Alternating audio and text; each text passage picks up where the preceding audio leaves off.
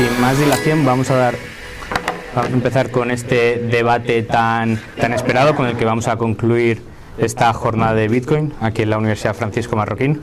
Bueno, a mi derecha tengo a Juan Ramón Rayo, doctor en Economía, profesor aquí desde la casa, también en el IE y en Hespérides, donde es decano de grados. Y a mi izquierda tengo a Eduardo Garzón, profesor en la Complutense. El Autónoma, casi, perdón. Entonces, bueno, pues vamos a debatir hoy qué es el buen dinero y si Bitcoin lo es. Así que, bueno, Eduardo va a tomar la iniciativa y durante el tiempo asignado, por favor, explícanos qué es el buen dinero. Muy bien, pues muchísimas gracias por la presentación, aunque haya habido un error en ella, y gracias por invitarme a venir aquí. Yo siempre estoy encantado de hablar y debatir con quien sea, siempre que haya pues, respeto, ¿no? Porque la confrontación de ideas siempre es enriquecedora. Y yo con Juan Ramón Rayo siempre he tenido pues, muy buena experiencia en ese sentido. De hecho, yo he aprendido de los debates con él porque siempre saber cómo piensa la otra persona que está al otro lado, que tiene pensamientos diferentes, pues siempre es enriquecedor, se mire por donde se mire, ¿no? Bueno, como hay muy poquito tiempo, voy a ir al grano. Yo empezaré definiendo qué es el dinero desde mi punto de vista, porque hay muchísimas definiciones. Para mí sería utilizando una visión probablemente más de dinero-deuda, ¿vale? Eso creo que ese marco englobaría pues, la posición que yo tengo. El dinero es simplemente una posición de deuda o una deuda y por lo tanto también es un activo para la contraparte, ¿no? Me voy a explicar con un detalle, con un ejemplo y luego bajo el detalle. Si yo, por ejemplo, voy con Juan Ramón a un bar y le digo que si me invita a una cerveza, se lo pregunto y él dice, venga, entonces en ese momento yo estoy obteniendo valor sin necesidad de haber aportado nada de valor, ¿no? Ni le he hecho ninguna atribución, ningún servicio a Juan Ramón, se lo haré porque me he comprometido a que en el futuro le pagaré de cualquier forma, ¿no? Entonces yo en ese momento estoy endeudado y he tenido la posibilidad de obtener algo, ¿no? En este caso valor, una cerveza, sin necesidad de haber aportado nada. Entonces para mí eso es el dinero y por lo tanto cualquier persona puede crear dinero siempre que haya una contraparte que en este caso le esté aceptando esa deuda y diga, vale, yo ahora te aporto valor y en el futuro tú me lo aportarás, en mayor o menor medida, intentando normalmente que sea de la misma cuantía, ¿no? Entonces, ¿cuál es el problema de que cada uno de nosotros podamos crear dinero? O una empresa, una familia o lo que sea, incluso un Estado. Pues que la otra parte te lo tiene que aceptar, tiene que dar por válida esa deuda y tiene que decir, vale, sí, yo ahora te aporto dinero, pero en el futuro te aporto valor, pero en el futuro me lo tendrás que compensar. Y entonces, si es una persona amiga, cercana, familiar y que confía en tu palabra, entonces lo hará probablemente, ¿no? Pero si es una persona desconocida, probablemente a mí nadie me va a invitar a una cerveza ni me va a dar valor porque no sabe si yo le comprometeré en el futuro a devolver ese valor de alguna forma, ¿no? Entonces, ese es el principal problema de crear dinero, que tiene que haber pues una contrapartida, como digo, que te acepte esa promesa, ese compromiso de pago. Entonces, hay muchas formas, como digo, de crear dinero, o sea, mejor dicho, muchos agentes económicos que pueden crear dinero. El problema de las familias es que tienen muy poco alcance que le vaya a aceptar esa deuda, pero si subimos un poquito más arriba están las empresas que ya tienen más alcance, tienen más influencia, por ejemplo, todo su clientela probablemente le acepte su deuda. Cuando un tren, una compañía de tren, pues nos ofrece viajar en un asiento, está simplemente dando un compromiso de que puedes sentarte ahí y viajar, pero nos está dando un billete que no es dinero y simplemente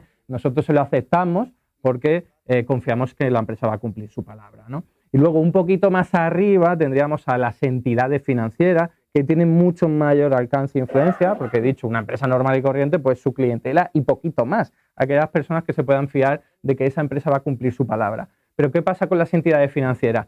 Que por el propio sistema financiero y monetario en el que nos encontramos, dependen necesariamente del sector público, a través del Banco Central. Entonces, el Estado o los estados correspondientes tienen casi la obligación de garantizar que los bancos comerciales, en este caso, pues sigan cumpliendo su actividad y sigan teniendo su operativa normalizada. De ahí que se ponga mucho empeño en que esa deuda vaya a ser saldada, ¿no? De hecho, la crisis bancaria iniciada, que estalló en el año 2008, lo que ocurrió es que se acabaron rescatando a los bancos desde el sector público porque no eran capaces de dar salida a todas esas deudas que se habían comprometido, ¿no? Habían creado dinero cuando concedían créditos, cuando concedían hipotecas, pero llegó un punto en el que no pudieron saldarlas. Pero aparece el Estado, que tiene mayor prerrogativa, mayor competencia por la fuerza, evidentemente, y logra pues rescatar a los bancos. Entonces, fijaos que he llegado ya a la cúspide de esta pirámide de deuda, que sería el Estado. Y no todos los Estados son lo mismo, pero antes de hablar de ello, quiero pues, definir un poco por qué el Estado tendría esa prerrogativa, aunque ya lo he dicho, por la fuerza, ¿no? El Estado es el único ente que puede imponernos por la fuerza el pago de tributos, ¿no? Y nos obliga a hacerlo bajo pena de sanciones, incluso de acabar en la cárcel. Entonces, esa es la garantía, la herramienta que utiliza el sector público para lograr que la otra parte utilice su deuda, su dinero. Entonces, si nosotros utilizamos euros, es porque de alguna u otra forma tenemos que pagar impuestos con euros. El IRPF no lo podemos pagar con dólares, no lo podemos pagar con Bitcoin, tenemos que pagar con euros. Entonces, lo que están haciendo es obligarnos, por la fuerza, ¿sí?, a utilizar su unidad de cuenta.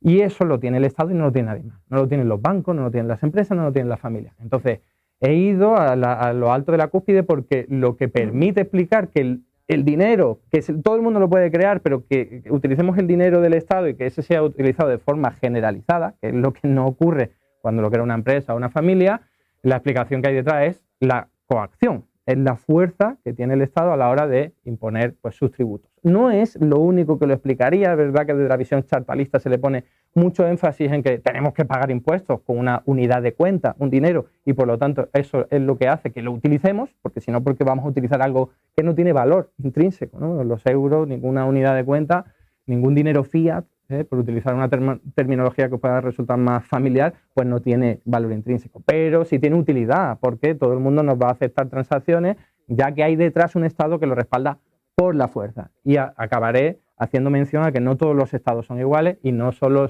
es la capacidad tributaria lo que explica que el Estado esté imponiendo su fuerza y su influencia sobre la gente, ¿no?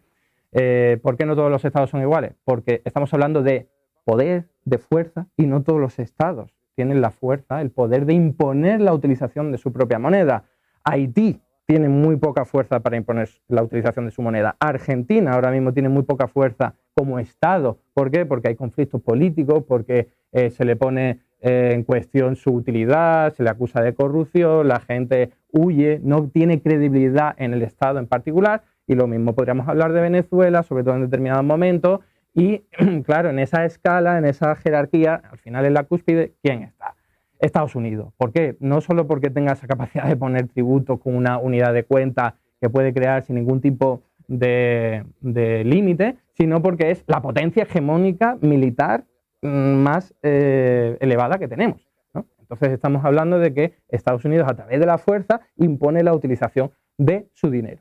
Entonces, respondiendo a la pregunta, y por tema de tiempo lo iría dejando aquí, el buen dinero sería aquel que está respaldado por un ente económico que es, sin ninguna duda, el que tiene que tener mayor poder, y eso no se puede alcanzar desde el sector privado, sino que se tiene que alcanzar necesariamente desde el sector público. Pero no va a ser lo mismo hacerlo desde un Estado como el de Argentina, que está en cuestión todo el rato, hay polémica, hay conflicto social y político, como hacerlo desde Estados Unidos, que incluso la guerra de Irak se le acusa en buena medida de que fue iniciada porque Saddam Hussein no quiso utilizar los dólares para sus transacciones en hidrocarburos, y entonces se dijo, cuidado, que vais a seguir utilizando nuestra unidad de cuenta por la fuerza, ¿no? Entonces el buen dinero sería eso, no quiere decir que la utilización que se le vaya a dar a todo lo que estoy diciendo por razones evidentes sea un buen uso.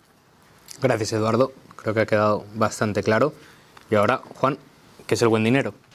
Bueno, pues buenas tardes a todos y muchas gracias a la universidad por la invitación. Los agentes económicos, al dividir su trabajo, al dedicarse cada uno de ellos a producir algo distinto de aquello a lo que quieren, a lo que aspiran y lo que quieren consumir, necesitan recurrir a una institución básica que es el intercambio. Nadie quiere quedarse con aquello que produce, porque si está especializado en producir en masa algo que no desea en tal cantidad, necesita volcar ese excedente al mercado e intercambiar su excedente no deseado por el excedente deseado de otras personas que también participan de esa división del trabajo. Entonces, el intercambio es fundamental para sostener la división del trabajo, la especialización y, por tanto, la productividad, el enorme aumento de la productividad que deriva de ella. El problema, el intercambio que puede tener dos dimensiones, una en el espacio, otra en el tiempo, tiene costes, es costoso, conlleva fricciones. El intercambio en el espacio conlleva fricciones porque he de encontrar una contraparte que quiera exactamente lo mismo que tengo yo y que yo quiera lo que tiene ella, y eso no es sencillo. En el tiempo, ¿por qué tiene fricciones? Pues porque el valor de mi producción va cambiando a lo largo del tiempo y por tanto puedo terminar intercambiando lo que he producido hoy por una fracción de lo que podría intercambiarlo hoy, pero claro, no lo quiero consumir hoy, lo quiero consumir en el futuro. Por tanto, ¿cómo minimizo esas fricciones? Pues para minimizar esas fricciones necesito un activo que tenga un valor idealmente estable, tanto en el espacio como en el tiempo. Un activo que tenga un valor universalmente reconocido en el espacio, que pueda cambiar de mano en mano sin que en cada intercambio haya una duda, una incertidumbre, esté cuestionado cuál es su valor. Si todos reconocemos que algo tiene el mismo valor, puede circular indefinidamente entre nuestras manos sin que haya descuento cada vez que pasa de mano en mano. Obviamente que tenga bajos costes de transferencia, porque si los costes de transferencia son altos, aunque todos coincidamos en cuál es su valor, cada vez que lo cambiemos de mano en mano perderemos parte de valor, y a su vez que tenga estabilidad de valor en el tiempo, es decir, que su valor no fluctúe ni al alza ni a la baja conforme pasa el tiempo, y a su vez, claro, que sus costes de almacenamiento sean bajos, porque si los costes de almacenamiento fueran altos sería muy complicado transferir valor en el tiempo a través de él. Si existe algún activo que minimiza los costes de transacción de los intercambios y que minimiza las fluctuaciones de su valor en el tiempo, tenemos un activo que nos permite intercambiar en el espacio y en el tiempo al menor coste posible. Y al permitirnos intercambiar al menor coste posible, podemos incrementar los intercambios que terminan siendo mutuamente ventajosos para las partes y por tanto podemos profundizar en la división del trabajo y en la especialización. Ese activo que es el que minimiza los costes de transacción y la incertidumbre de los intercambios en el espacio y en el tiempo es el dinero. Y el dinero puede ser o un activo real o un activo financiero. Un activo real es aquel activo que no es el pasivo de nadie más. Ejemplo de un activo real que ha sido utilizado históricamente como dinero, el oro. Bitcoin, aunque luego hablaremos, también podría ser un ejemplo de esto si llegara a ser dinero, ¿no? Pero el oro sí ha sido históricamente dinero y ha sido un activo real cuya circulación, tanto en el espacio como en el tiempo, no dependía de la credibilidad de nadie. Precisamente porque no es el pasivo de nadie, precisamente porque el oro no promete nada, la credibilidad del oro era socialmente reconocida al margen de la solvencia de cualquier emisor. Además, bueno, es un activo que por su alto valor unitario pues es muy fácil de transferir mucho valor a muy bajo coste, es también muy fácil de almacenar, no sufre daños por agentes externos, etcétera, etcétera, es muy divisible, por tanto es muy barato de atesorar y de desatesorar y es muy barato de transferir y tiene, digamos, un mecanismo de autorregulación de su valor, que es, si el oro se aprecia mucho, los incentivos a producir más oro se incrementan y por tanto eso estabiliza su valor, no inmediatamente, pero sí a largo plazo en el tiempo. Pero el dinero también puede ser un activo financiero, que es lo que más o menos ha explicado Eduardo, una deuda, puede ser un pasivo. Para que un pasivo actúe como dinero, pues hace falta los mismos requisitos que en el caso del activo real, es decir, que tenga un valor estable en el espacio y en el tiempo. ¿Cómo un activo financiero, una deuda, puede tener un valor estable en el espacio y en el tiempo? Pues si es una deuda cuya solvencia no es disputada, es decir, el emisor de la deuda, el deudor de la deuda, sabemos que va a poder pagar o confiamos en que va a poder pagar y además es una deuda pagadera en el corto plazo, y por tanto ejecutable en cualquier momento podemos obtener la satisfacción a la que nos da derecho esa deuda, pues entonces esa deuda no será susceptible de fluctuar, su valor no será susceptible de fluctuar en el tiempo. Puede haber deudas que sean muy solventes, el deudor sea muy solvente, pero que son a muy largo plazo, y esas deudas sí serán susceptibles de fluctuar en el tiempo. Por ejemplo, si cambian los tipos de interés, el valor de mercado de esa deuda fluctuará ante los cambios de los tipos de interés. Es lo que ha sucedido, por ejemplo, con la deuda pública estadounidense a 30 años durante los últimos 2 años. La fuerte subida de tipos de interés ha hundido el valor de los títulos emitidos a tipos de interés más bajos. Por tanto, eso sería un mal mecanismo de transferir valor en el tiempo, precisamente porque no es a corto plazo. Claro, si has de ser solvente y has de tener capacidad de reembolso de esa deuda en el corto plazo, al final estamos hablando de que esa deuda ha de ser líquida, es decir, que en cualquier momento pueda ser autoliquidada.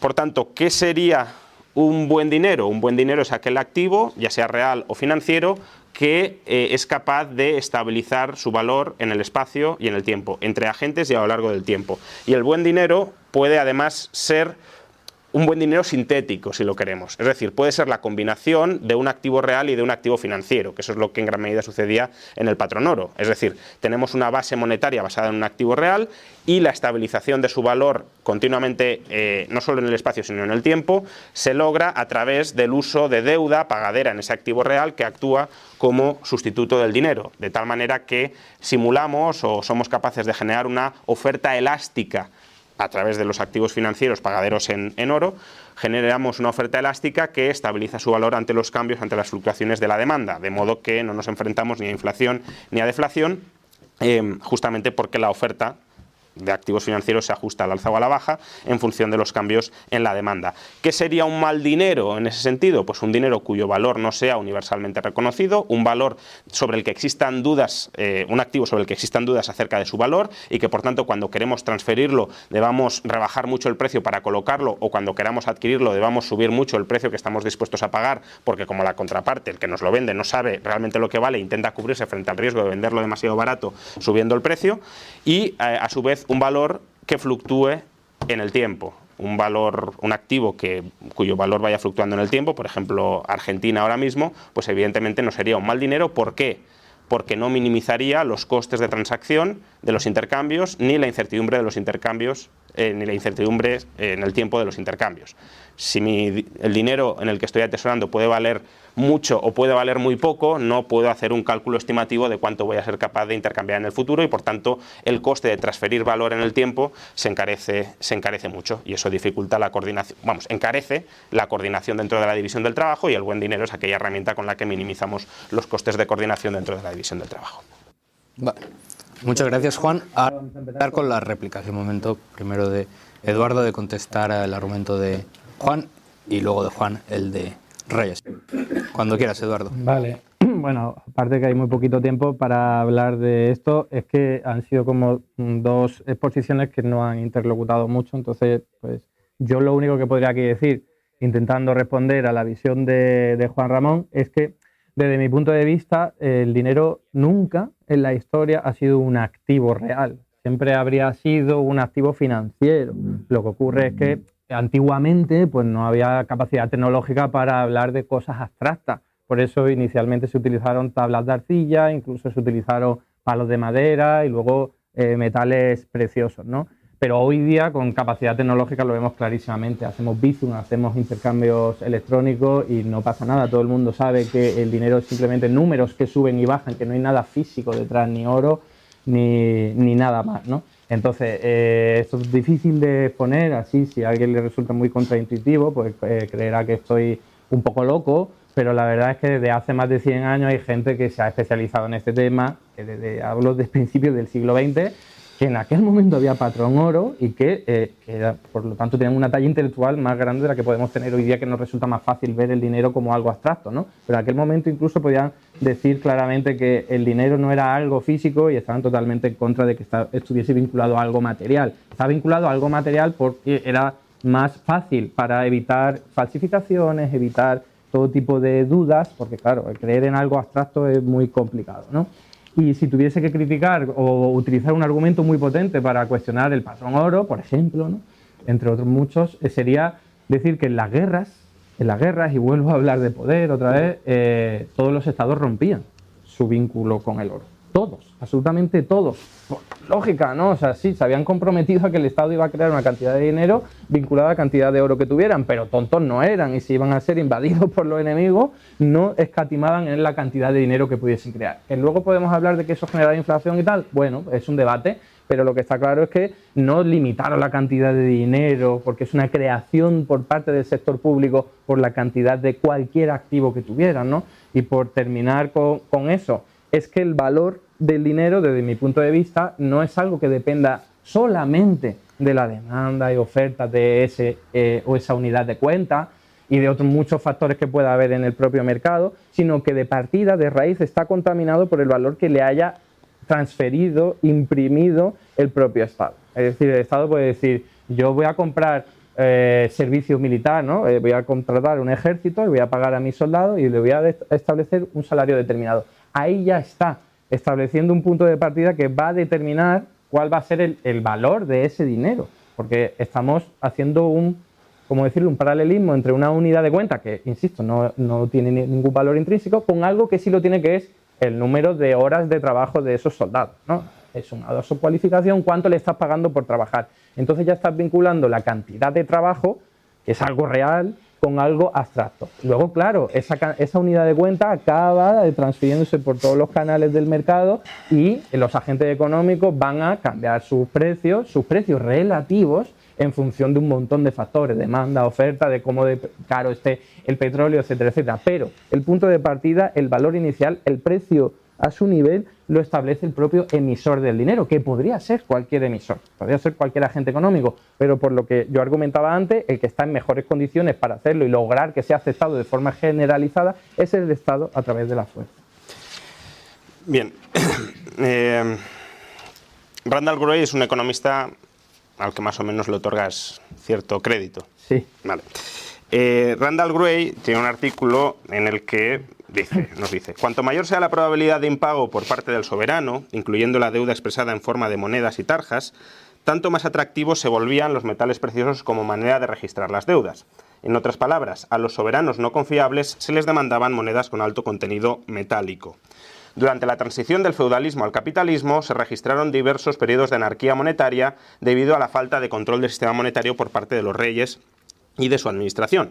Por razones complejas, el valor de la moneda se fue acercando más y más al de los metales preciosos que contenían. Lo que empezó siendo una moneda signo, que indicaba una deuda del emisor, se transformó en una forma misteriosa con valor intrínseco. Parte del apego a la moneda de metal precioso se debía al hecho de que éstas poseerían valor fuera del dominio del soberano.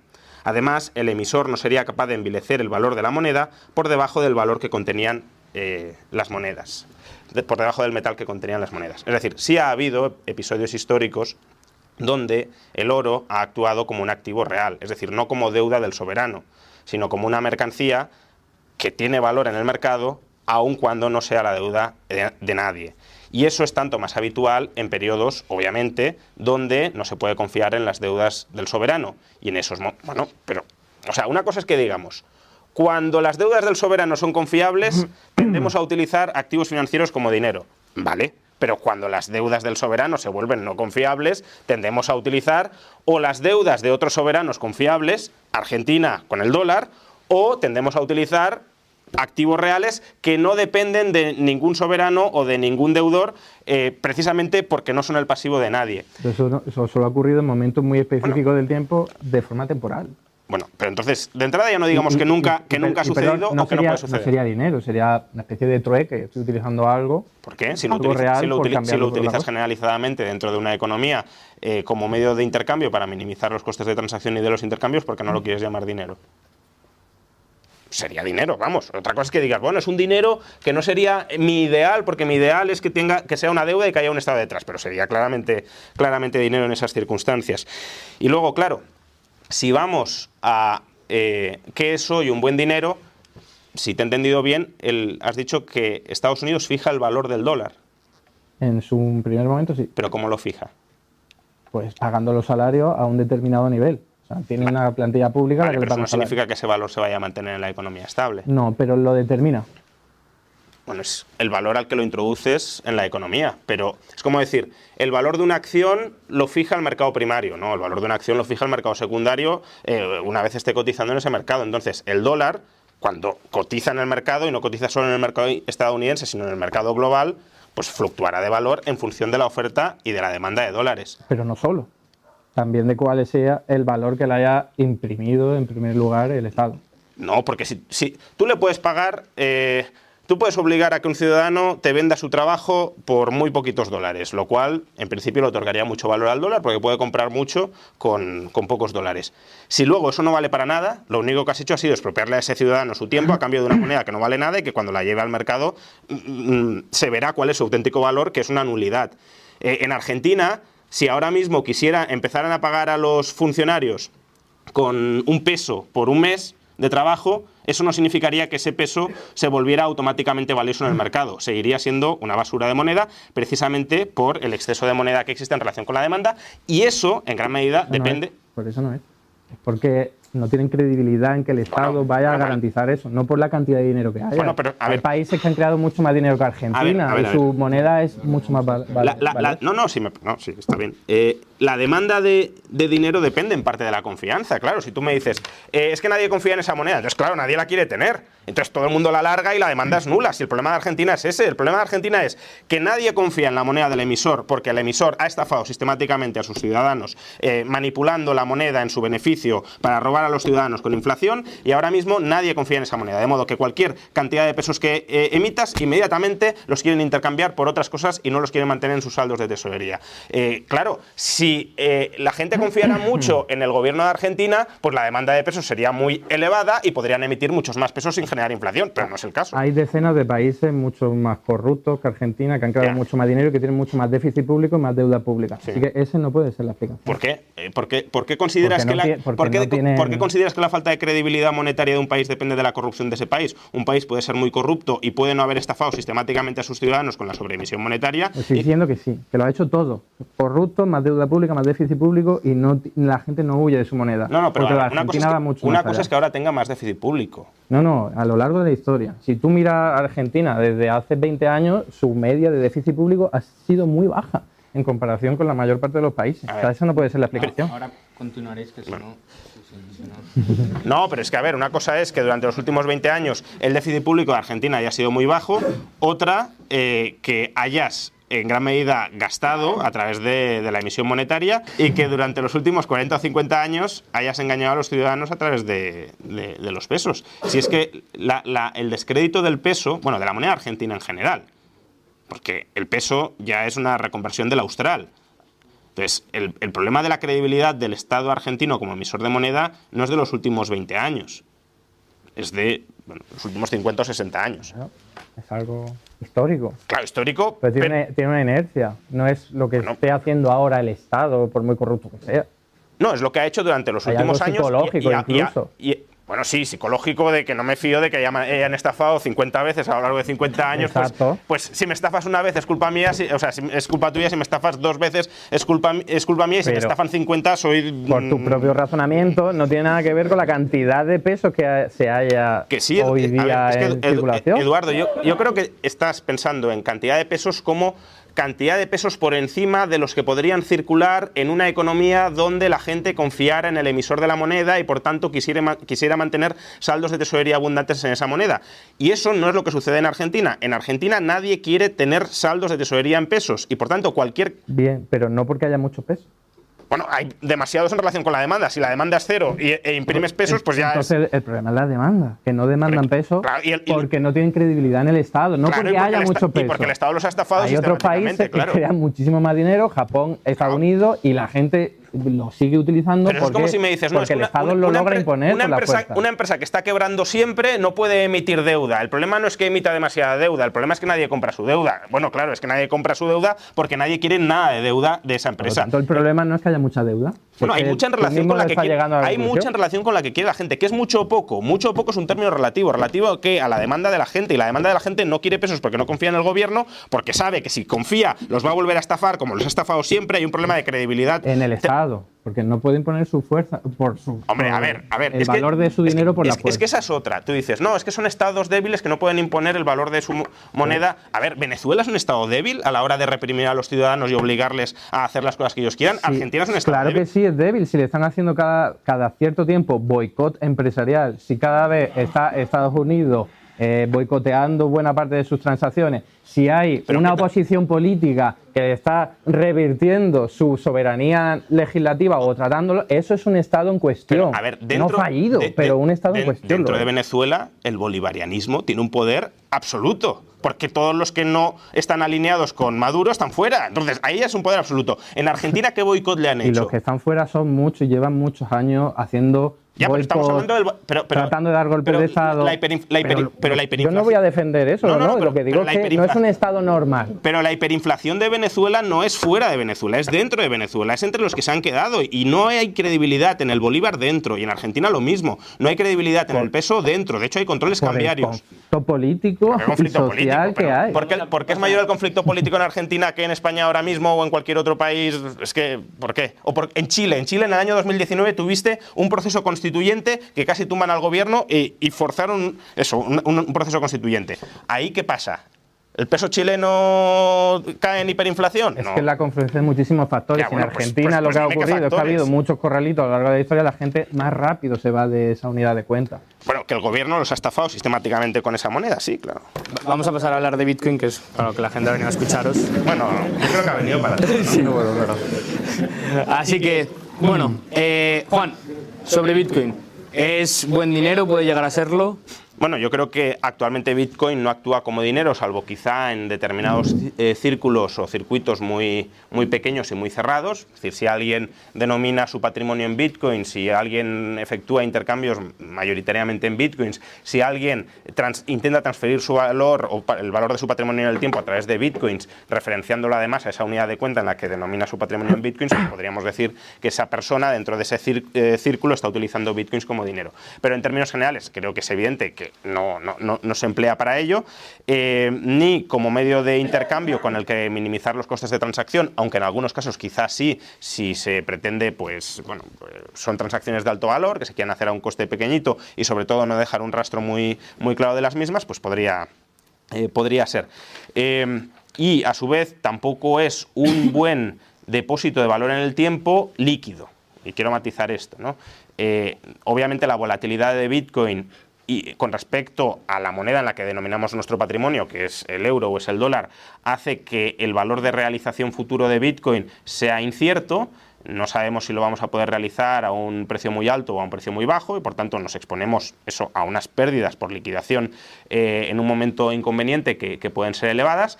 Esa volatilidad no lo cualifica como buen dinero según los criterios que he mencionado antes. El buen dinero es aquel que tiene un valor universalmente reconocido en el espacio. Bitcoin no lo tiene. Si intentamos vender de golpe muchas unidades de Bitcoin, su precio bajará. Si intentamos comprar muchas unidades de Bitcoin de golpe, su precio subirá. Y sobre todo que es muy volátil en el tiempo. Se puede ir a $70.000, puede caer a 15.000, luego se puede estabilizar en torno a 30.000 como ahora. Pero eso no significa que no siendo Bitcoin hoy por hoy un activo que cumpla las características del buen dinero, que no sea un activo útil.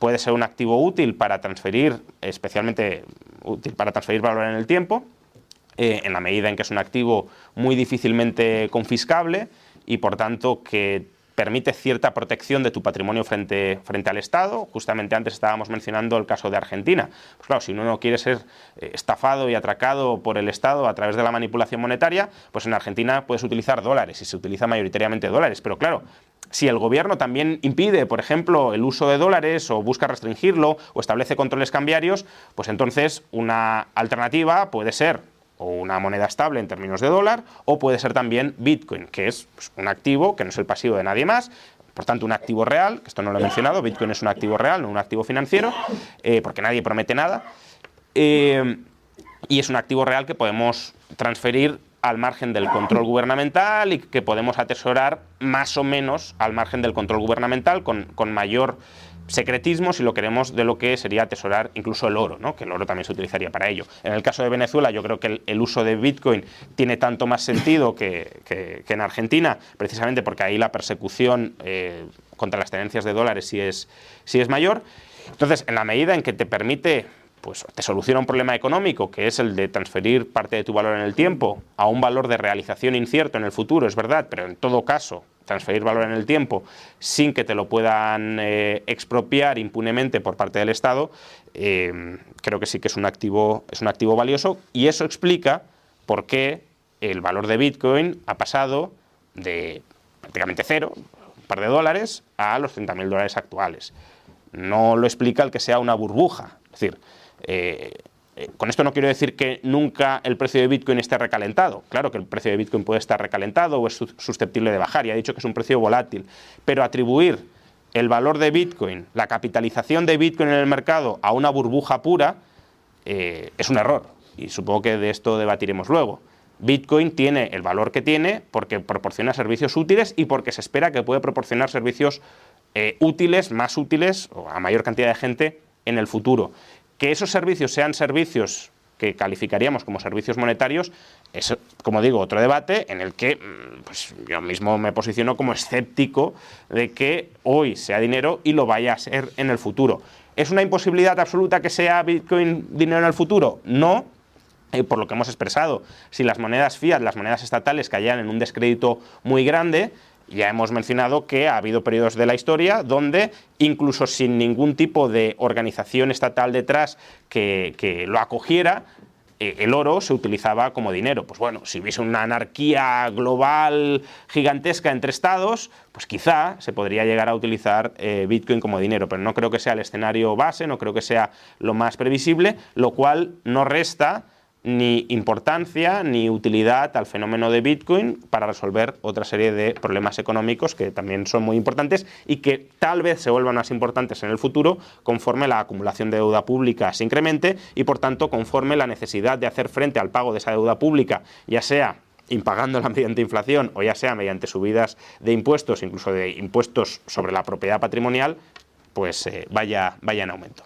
Voy a poner unos ejemplos que no sé si algunos habréis vivido de cerca más o menos, pero yo sí, porque vengo del mundo de la izquierda y siempre se ha intentado implementar monedas sociales.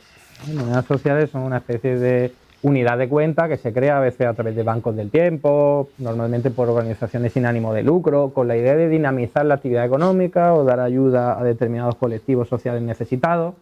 Entonces, eso es una iniciativa desde el sector privado, ¿vale? No capitalista en este caso, ¿no? Sin ánimo de lucro normalmente, que nunca ha triunfado. ¿Por qué nunca ha triunfado? Al menos de forma generalizada, porque sí para algunos barrios, algunas zonas, incluso algunos pueblos, ha logrado que la gente lo utilice pues porque creen en el propio proyecto y confían incluso en la organización no gubernamental o asociación que lo ha llevado a cabo, porque, como os estoy diciendo, creen en ese mismo proyecto. Pero no va más allá de esa gente que cree en el proyecto, ¿vale? Entonces, entiendo que estáis ya encontrando la equiparación que quiero hacer con el Bitcoin.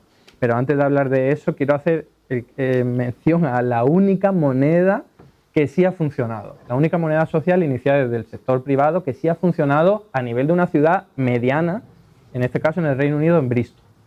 Y esa moneda funcionó por el simple hecho de que el propio ayuntamiento decidió respaldar la utilización de la moneda. Empezó a sellar con su propio sello en la moneda el símbolo del ayuntamiento y hoy, porque ya lleva casi 15 años, se sigue utilizando todavía en pagos para mercados, de tiendas locales, etcétera, etcétera. ¿Por qué esa moneda sí es utilizada a nivel de todo ese municipio, el término territorial que controla ese ayuntamiento? Por el poder, la confianza que respalda el ayuntamiento, que tiene la capacidad de no quebrar nunca, de imponer por la fuerza tributos, de también expropiar y al fin y al cabo la coacción, ¿no? Así que vuelvo a lo mismo, el dinero que al final se utiliza de forma generalizada es el que está respaldado por un ente que tiene mayor poder para lograrlo. ¿Qué ocurre en los casos históricos los que menciona Juan Ramón? Que desde mi punto de vista son falacias argumentativas en el sentido en el que irnos a un momento de la historia en el que la comunicación entre los sitios era casi nula, que tenía que ir en la Edad Media, ¿no?, a caballo. O sea, el mismo método de comunicación y de transporte que había en la época romana. Y de estados que no eran capaces de controlar su propio territorio, en parte por lo que estoy diciendo. O sea, ¿cómo demonios vas a lograr imponer por la fuerza la utilización de tu dinero si ni siquiera puedes llegar a los sitios de forma rápida? Pues eso es momentos muy particulares en los que no ha habido un Estado imponiendo por la fuerza la utilización de su dinero y entonces la gente ha huido a activos reales. ¿Por qué digo yo que eso no es dinero? Porque al fin y al cabo no está cumpliendo las funciones que son encomendadas y sobre todo porque en todo caso yo lo llamaría más trueque, ¿no? Estás cambiando algo por otra cosa. Y eso ha pasado con la dictadura española, la peseta republicana dejó de utilizarse cuando ya se vio que el Estado iba perdiendo la guerra. La Unión Soviética cuando cayó, pues la gente dejó de utilizar la moneda de la Unión Soviética y empezó a tirar del trueque, pero en el momento en que otro Estado aparece, o ya desde dentro o desde fuera, ya la moneda se acaba articulando, ¿no? Entonces, ¿por qué basándome en esta argumentación, creo que el Bitcoin nunca va a ser un dinero de forma generalizada, porque no hay ningún Estado detrás. Es más, ni siquiera hay ningún ente en particular detrás, sino que está todo descentralizado, más o menos descentralizado, ¿no? Entonces, va a llegar allí donde llegue el proyecto, de gente que crea que el Bitcoin, desde el primer momento todos sabemos, ¿no? Vosotros mejor que yo, que la idea original era vamos a intentar crear un dinero que no es libre de la dictadura de los bancos centrales. Y ese proyecto es algo en lo que mucha gente sigue hoy día creyendo y es lo que impulsa que la gente lo vaya utilizando. Hay otros que se han sumado al carro pues, para hacer dinero y otras muchísimas cosas. Pero mientras no haya un Estado detrás, desde mi punto de vista, nunca va a lograr generalizarse, a no ser, como dice Juan Ramón, ese caso bastante improbable, de que los Estados vayan a fallar todos al mismo tiempo y vayamos a estar en una anarquía internacional, ¿no? Fijaos que de hecho el Estado puede tumbar el valor del Bitcoin cuando quiera, cuando quiera. Me pongo en el caso más extremo para que entendáis mi razonamiento. Estados Unidos dice, ahora voy a perseguir hasta el último caso, hasta la última esquina, la utilización del Bitcoin, ¿no? Hasta un cierto punto China lo ha intentado hacer, y si se pone en serio, pues la gente al final dirá, pues no voy a utilizar algo que está sancionado, que puede acabar en la cárcel en el caso más extremo, ¿no? Entonces, ¿por qué lo puede hacer? Porque tiene fuerza para imponer la utilización de su moneda en vez de la utilización de una moneda creada descentralizada por un agente que necesariamente va a tener menos poder que el Estado, ¿no? Y termino con lo siguiente, el valor real del Bitcoin, hay economistas de izquierda o heterodoxos que dicen es cero. Yo no creo eso, porque por la misma regla de tres yo tendría que decir que el valor del dólar es cero, ¿no? En el sentido en el que no es algo real, que te sirva para algo, no lo puedes comer, en fin. Pero tiene su valor en el sentido en el que haya gente, igual que el valor de dinero fiat, tiene valor porque la gente lo utiliza de forma generalizada, porque se lo han impuesto por la fuerza, por lo que sea, pero es útil, aunque en sí sea una abstracción y no tenga valor intrínseco. Con el Bitcoin pasa igual, o sea, no tiene valor intrínseco, todos estamos de acuerdo en ello, pero la confianza, la creencia, el respaldo de un proyecto, en este caso ideológico, por querer utilizar el Bitcoin y que eso sea la única unidad de cuenta que se vaya a emplear en las actividades económicas y sociales, etcétera, etcétera, eso es lo que le da apoyo. Entonces, ¿hasta dónde se le va a dar? En algunos momentos más, vemos crecer la valoración del Bitcoin cuando la gente está más motivada, cuando hay estados como el de Costa Rica, El Salvador. El de El Salvador, que lo respalda, o cuando hay grandes magnates que dicen, pues yo voy a utilizar el Bitcoin, entonces la gente se anima y tal. Cuando hay ya una caída, por lo que sea, la gente se desanima y, no sé, por ejemplo, yo antes veía pues caras muchísimo más jóvenes en el mundo del Bitcoin, de las criptomonedas, porque se habían lanzado ahí y ahora no estoy viendo exactamente eso. Yo creo que hay etapas en el mundo de las criptomonedas, hay gente que cree más en el proyecto y se mantiene durante más tiempo y hay otros que no. Entonces eso es cíclico y eso es lo que va a marcar de alguna forma el valor del Bitcoin, incluso de otras criptomonedas. Y simplemente por terminar, hay burbujas, claro que la ha habido, no creo que nadie lo pueda negar, ¿no? Lo que pasa es que eso no quiere decir que toda la valoración del Bitcoin sea debido a burbujas, por lo que estoy diciendo. Y esto no lo podemos encontrar en cualquier otro ámbito de la vida, o sea, hay, no sé, qué ejemplo, el mundo filatélico. O sea, ¿cuánta gente dirá, ¿para qué quiero yo un sello? Pues bueno, hay un montón de gente que le da valor al sello por cuestión histórica, o la estética, lo que sea, el diseño, ¿vale? Entonces, eso es un grupo de gente que en algún momento a ellos le dan un cierto valor. Entonces, mientras la comunidad del Bitcoin pues, sea minoritaria, porque de momento lo es, pues entonces su valoración va a ser restringida. Y de hecho, en el momento en el que se vaya acrecentando mucho, que los estados vayan viendo que supone una competencia, un riesgo para la utilización de sus propias unidades estatales, pues la acabarán persiguiendo y como tienen más fuerza, pues acabarán tumbando. Bueno, al menos parece que avanzamos y que ya no cualquier valoración de Bitcoin es una burbuja. Pero yo no he dicho eso. Bueno, hombre, quiero decir, pero por ejemplo, en 2018 sí dijiste que Bitcoin había caído creo que a $3.000 y que eso demostraba que Bitcoin estaba en un modo burbuja claro y que estaba pinchando la burbuja. Pero en un momento, yo lo he dicho que es cíclico, si en ese momento hay poca gente respaldándolo y tiene mucho más valor de lo que hay detrás, eso es una burbuja. No, pero si luego, años más tarde, hay mucha más gente creyendo en el proyecto... El hecho de que pinche tampoco significa que sea una burbuja. Puede haber un pánico en Bitcoin infundado, puede haber una antiburbuja De la misma manera que puede haber burbujas, puede haber antiburbujas, en el sentido de gente que no está evaluando suficientemente bien Bitcoin y que por tanto huya de la misma. Yo no sé si decir que en 2018 a $3.000 Bitcoin era una burbuja, o sea, era el pinchazo de una burbuja cuando hoy está en 30.000. No lo sé, pero bueno, en cualquier caso. En un momento sí. Es que entonces siempre que caiga el valor de Bitcoin puedes decir, no, ha pinchado una burbuja. Igual que tú antes decías que dependía de la demanda, aquí igual, depende de la cantidad de gente que le respalde. Que caiga la demanda de algo no significa que esté pinchando una burbuja. Si cae el precio del pan no significa que había una burbuja en el precio del pan. Si cae de golpe y mucho, sí. Bueno, es decir, si hay un cambio de preferencias, no significa que haya caído, que haya pinchado una burbuja. Una burbuja es que me he fundado expectativas absolutamente irreales sobre el futuro de ese activo y que por tanto le estoy asignando una valoración que no es coherente con la valoración futura del mismo. Y claro, a $3.000 Bitcoin ahora mismo en perspectiva era una ganga, no era el pinchazo de una burbuja, era una oportunidad de compra fortísima, no el momento de huir y decir, uy, esto es el... En la lógica burbujística, claro. Bueno, pues es que entonces, o sea, si ahora, no sé, te venden Google con un 90% de descuento, me dirás que Google es una burbuja simplemente porque hay gente que no la está evaluando bien y está vendiendo con un 90% de descuento, o dirás que es una oportunidad de compra clarísima porque el valor de la acción va a regresar pronto a su fundamental. En cualquier caso, ahora cuando estabas exponiendo, porque este punto yo creo que ha quedado pendiente antes y es interesante, has señalado que las monedas fiat, cuando el Estado que está detrás desaparece, pierden valor. Y eso demuestra su naturaleza de pasivo. Me parece bien.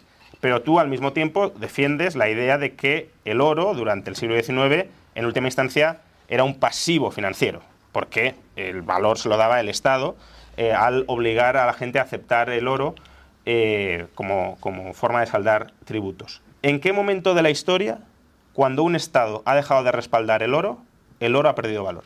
No tiene nada que ver. Hombre, lo tiene que ver todo. Si una moneda fiat, cuando la deja de respaldar el Estado, su valor se hunde. El oro, siendo un pasivo financiero, lo deja de respaldar el Estado y su valor no se hunde. Pues quizá su valor no depende del Estado. Porque el oro no es dinero, igual que te digo yo. ¿En qué momento de la historia la gente ha dejado de valorar, yo qué sé, la comida? Porque tiene valor en sí mismo. No, cuidado, pero ¿qué tiene que ver el Estado ahí? Si en el siglo XIX el oro se utilizaba como moneda porque tenía el Estado detrás, en teoría, si el Estado deja de estar detrás y deja de utilizarse como moneda, la demanda de oro debería hundirse y por tanto su precio debería hundirse. Baja, como el extracto de Ray dice, hasta su valor intrínseco. La gente va a utilizar el oro por lo que sirve el oro. ¿En qué momento de la historia, cuando se ha retirado el Estado, cuando el Estado le ha retirado su respaldo al oro, por ejemplo en 1971, ¿qué pasó con el precio del oro? ¿Se hundió o se disparó? No lo sé. Hombre, no lo sé, si lo sabes. Ponme los datos aquí. Lo que sucedió no cambia la lógica, no cambia la historia. Hombre, cambia totalmente. Si me estás diciendo, el oro tiene valor porque es una deuda del gobierno. El gobierno dice, no pagamos las deudas, quédense ustedes con el oro. Y el oro se dispara y no se hunde, pues a lo mejor tiene valor por No, porque está trucando aquí la argumentación. En el momento en el que los estados se retiran, dice la gente, ahora el dinero de los estados no va a valer nada. Me voy al oro. Entonces, ¿qué le daba valor al oro? O sea, el valor... El dinero de los estados tenía valor porque era de los estados o porque tenía el oro detrás. Porque no estaban logrando por la fuerza imponer la utilización. ¿Y qué pasó luego? Porque en ese momento el valor del oro se dispararía, ¿vale? Lo podemos mirar históricamente si queréis. ¿Qué pasó luego? Que bajó. En el momento que los estados ya dijeron, oye, que lo del 1971 no es la hecatombe, que esto se puede seguir controlando. Además, estamos hablando en un momento de una inflación elevada por culpa del cártel de la OPEP, ¿no? Cuidado. Igual que el Bitcoin también crece ahora. ¿Y qué más da que suba el precio del petróleo con que haya una huida de la moneda? Porque aumentan los precios de forma general. Vale, pero entonces también aumentarían en oro, ¿no? Quiero decir, si están aumentando los precios relativos del petróleo, tan mal dinero para atesorar valor sea la moneda fiat como sea el oro. Y la gente se refugió en el oro, no en la moneda fiat. Huyó de la moneda fiat después de que el oro dejara de respaldar la moneda fiat. Ahí tienes la muestra de que el oro es el activo y la moneda fiat es el pasivo. Te voy a retrucar tu pregunta. Vale. ¿En qué momento actual hay un estado, hay un lugar en el mundo en el que no se utiliza una moneda fiat? Es que es lo mismo. Yo por esa argumentación te puedo decir, ve cómo el oro no es dinero, nunca lo ha sido y son los estados cuando imponen la utilización de su moneda. Yo no te he argumentado en ningún momento que la moneda fiat no sea dinero. Es que, claro, si me preguntas algo que yo te compro la premisa, la moneda fiat claro que es dinero hoy. Entonces, ¿por qué me dices? ¿Y por qué el oro no? ¿Y por qué el oro no? Pues porque a lo mejor la moneda fiat, incluso si está bien administrada, puede ser mejor dinero que el oro. Si ese es otro debate. Si ese es otro debate. ¿Otro debate? Hombre, claro que es otro debate. Tú dices, el oro no puede ser dinero si no tiene el Estado detrás. Yo te digo, mentira. La cuestión, ahora, ¿puede ser la moneda fiat bien administrada mejor dinero que el oro? Pues a lo mejor sí. Son dos temas distintos. Yo no he dicho que el oro no pueda ser dinero sin estar Estado detrás. He dicho que si no hay Estado, la gente va a utilizar lo que tenga valor intrínseco, el oro o cualquier otra cosa. Y también me has dicho que el oro, cuando se ha utilizado como dinero, era un pasivo del Estado. Y no es verdad. El oro, cuando se ha utilizado como dinero, era un activo real. Y también un pasivo, porque el Estado está vinculando la unidad monetaria suya de su deuda al activo real. El pasivo era el compromiso del Estado de entregar oro, no el oro. El oro era el activo, la reserva del Estado para cumplir con su pasivo. Vamos a ver, si todos los países del mundo, todos los estados, y estos datos los podemos ver fácilmente, tenían mucha más emisión monetaria que cantidad de oro. ¿Y eso sabemos? Porque hacían trampa. Porque había mucha más creación, porque no en realidad, no solo había oro respaldando la deuda. Yo no estoy hablando de un coeficiente de caja 100%. Es que el valor, o sea, un pasivo no se paga únicamente con los saldos de tesorería que tengas a mano para hacer frente a él. Por lo tanto, el oro no es lo que explica, en ese caso, la valoración de la deuda del Estado, porque va más allá que la cantidad de oro. La capacidad de pagar esas deudas en oro. Y la capacidad de pagar esas deudas en oro no depende solo de tus reservas en oro, depende de todos los otros activos que tengas y que puedas convertir, por tanto, en oro. Por ejemplo, la capacidad fiscal para cobrar impuestos en oro, obviamente también está respaldando el valor de conversión de esas deudas. El oro podrías quitarlo de la ecuación y seguiría siendo igual todo. La gente podría acudir al petróleo, podría acudir al Bitcoin, pero es algo que antes de 1971, que por cierto, estamos hablando de hace más de 50 años, bueno, ¿vale? Que no es el estado actual. No se han reescrito las leyes económicas. Por lo que estaba yo diciendo es importante, el adelanto tecnológico lo explica todo. Antes del año 71 la gente no confiaba en algo abstracto, porque no se creía a eso. Y ahora la informática, los medios de información nos permite que tengamos confianza. Todavía hay gente muy mayor que no se fía de hacer transacciones electrónicas. Es la tecnología lo que ha explicado y lo que ha visibilizado que el dinero en realidad es abstracto. Pero es no que, algo a ver, antes del 71 el oro no se utilizaba materialmente en los pagos. Es que no sé de qué estamos hablando. El oro era el respaldo último de las transacciones que se hacían también electrónicamente o por orden o a través del sistema financiero. La gente creía que si utilizaba un numerito es que detrás había oro. Todavía hay gente que lo cree. Bueno, sí, pues por creer puedes creer muchas cosas. Claro, pero eso es importante. A ver, es importante. Pero en todo caso, lo que me estás diciendo es que entonces lo que respaldaba en ese momento el valor de la moneda no era la solvencia del Estado, sino que era el oro. Claro que no, ni una cosa ni la otra. Es la capacidad del Estado de imponer por la fuerza la utilización. Entonces daría igual si había oro detrás o no, y en lo que creyera la gente. Al final lo que creyera la gente, esas creencias daban ¿pero igual. ¿qué cree la gente? Lo que en buena medida acaba saliendo del Estado. Si el Estado dice, no, cree en mi moneda, pues ahí no hay influencia por parte del Estado para que la gente utilice algo, sea oro o sea lo que sea. El Estado condiciona el comportamiento y la conducta de la gente.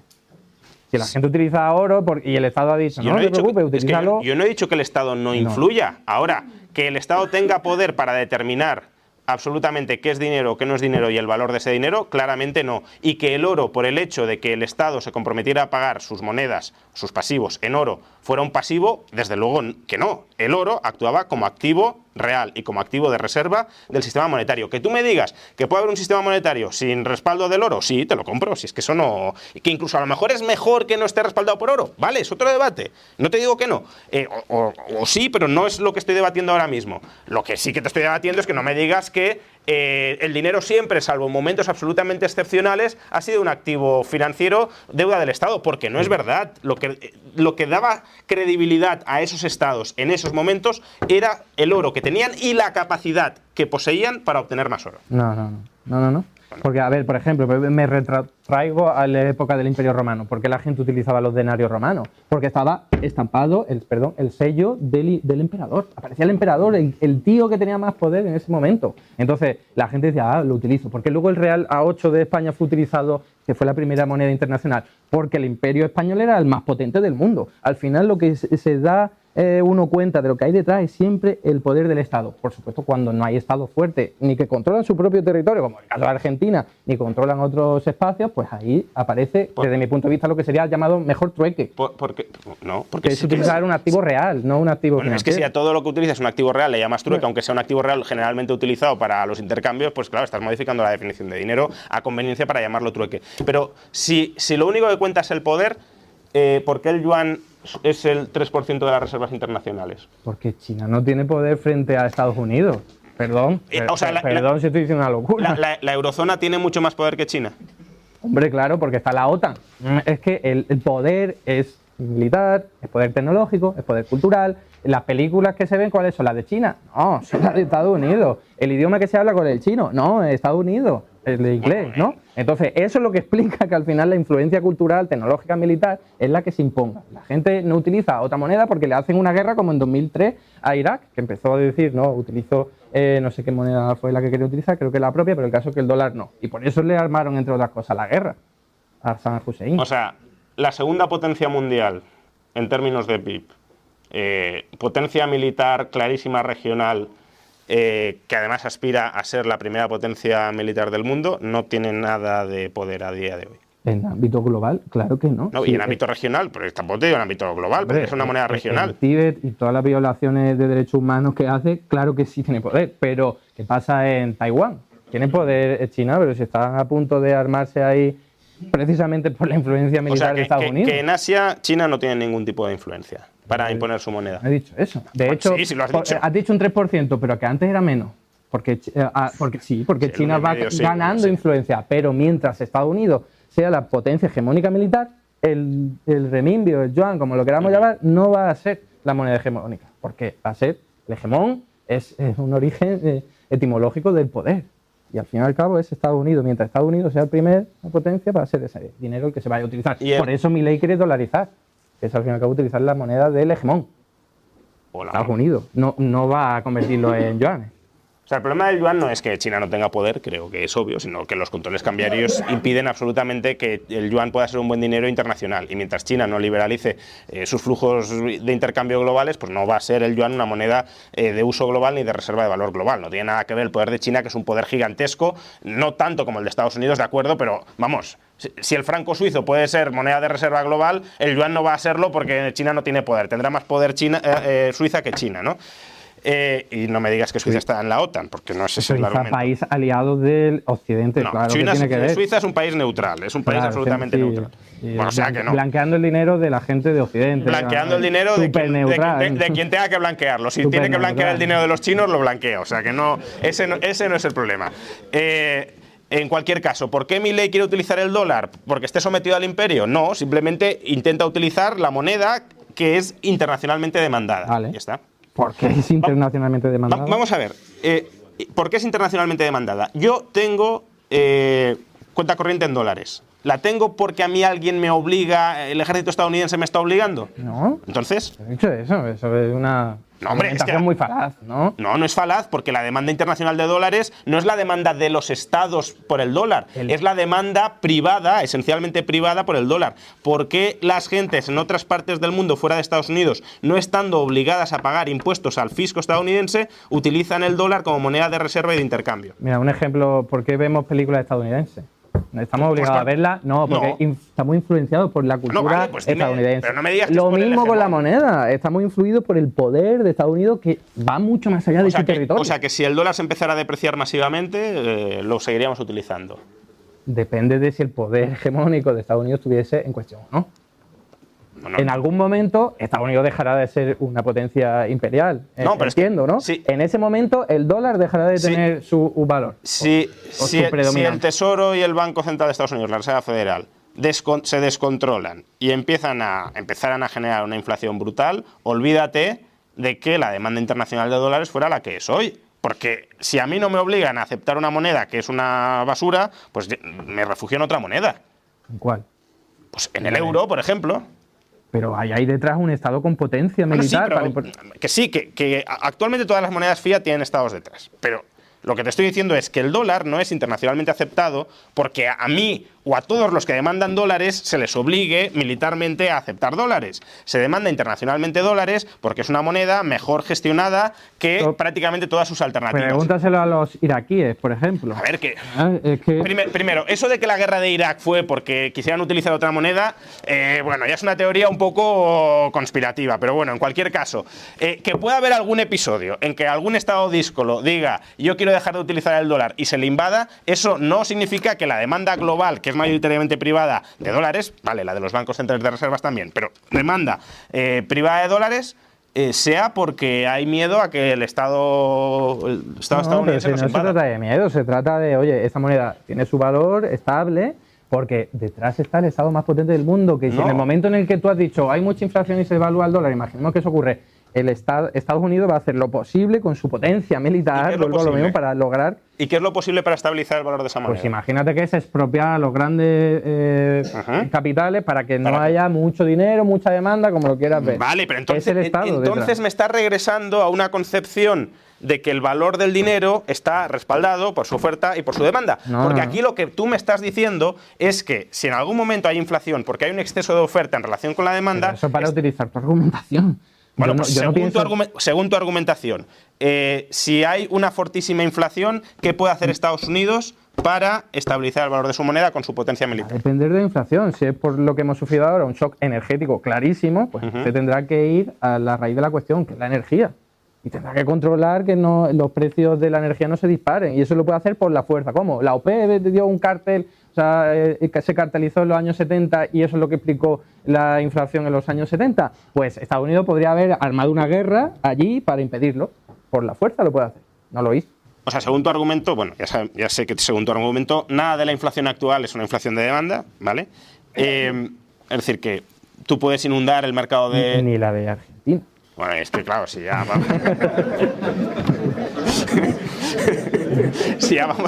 si ya ni siquiera la inflación de Argentina... A ver, entonces, si la de Argentina... No, es que esto ya es... Si la de Argentina no tiene nada de monetario, ¿por qué Argentina tiene un 150% de inflación y el resto del mundo un 10%? Tengo un vídeo de 45 minutos explicando. Vale, pues resúmelo. Pues es, a ver, desequilibrio de poder. Porque hay dependencia de... Voy a empezar por lo más importante. Dependencia externa. O sea, son muy poquitas empresas, muy concentradas, las que importan los productos desde fuera. Aparece la energía, se encarece. Son esas empresas las que pueden tener poder de mercado para decir, bueno, pues yo ahora me voy a aprovechar esa cantidad de dinero porque la necesitan esas importaciones para todo el aparato productivo, acaba afectando en buena mayor medida al resto de la economía. Ahí hay muchísimos más factores, como decía, ¿no? De concentración de poder, poca competencia, seguramente Estado corrupto, incluso demanda que no está bien canalizada, lo podría comprar.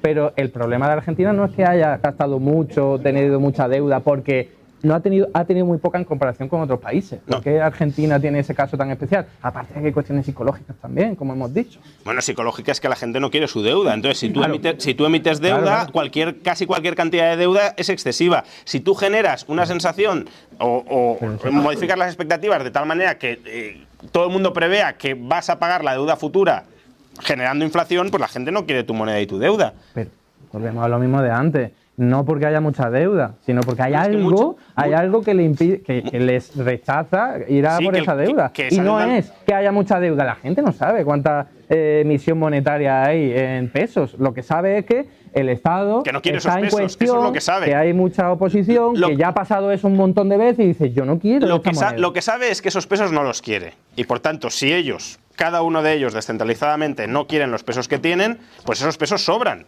Sí, y si no eres capaz de reducir la oferta de esos pesos, y Argentina no es capaz de reducir la oferta de esos pesos, ¿o cómo la va a reducir la oferta de esos pesos Argentina? Yo lo he dicho claramente, bueno, en el vídeo lo digo claramente, si tú nacionalizas todas las empresas exportadoras y que tiene...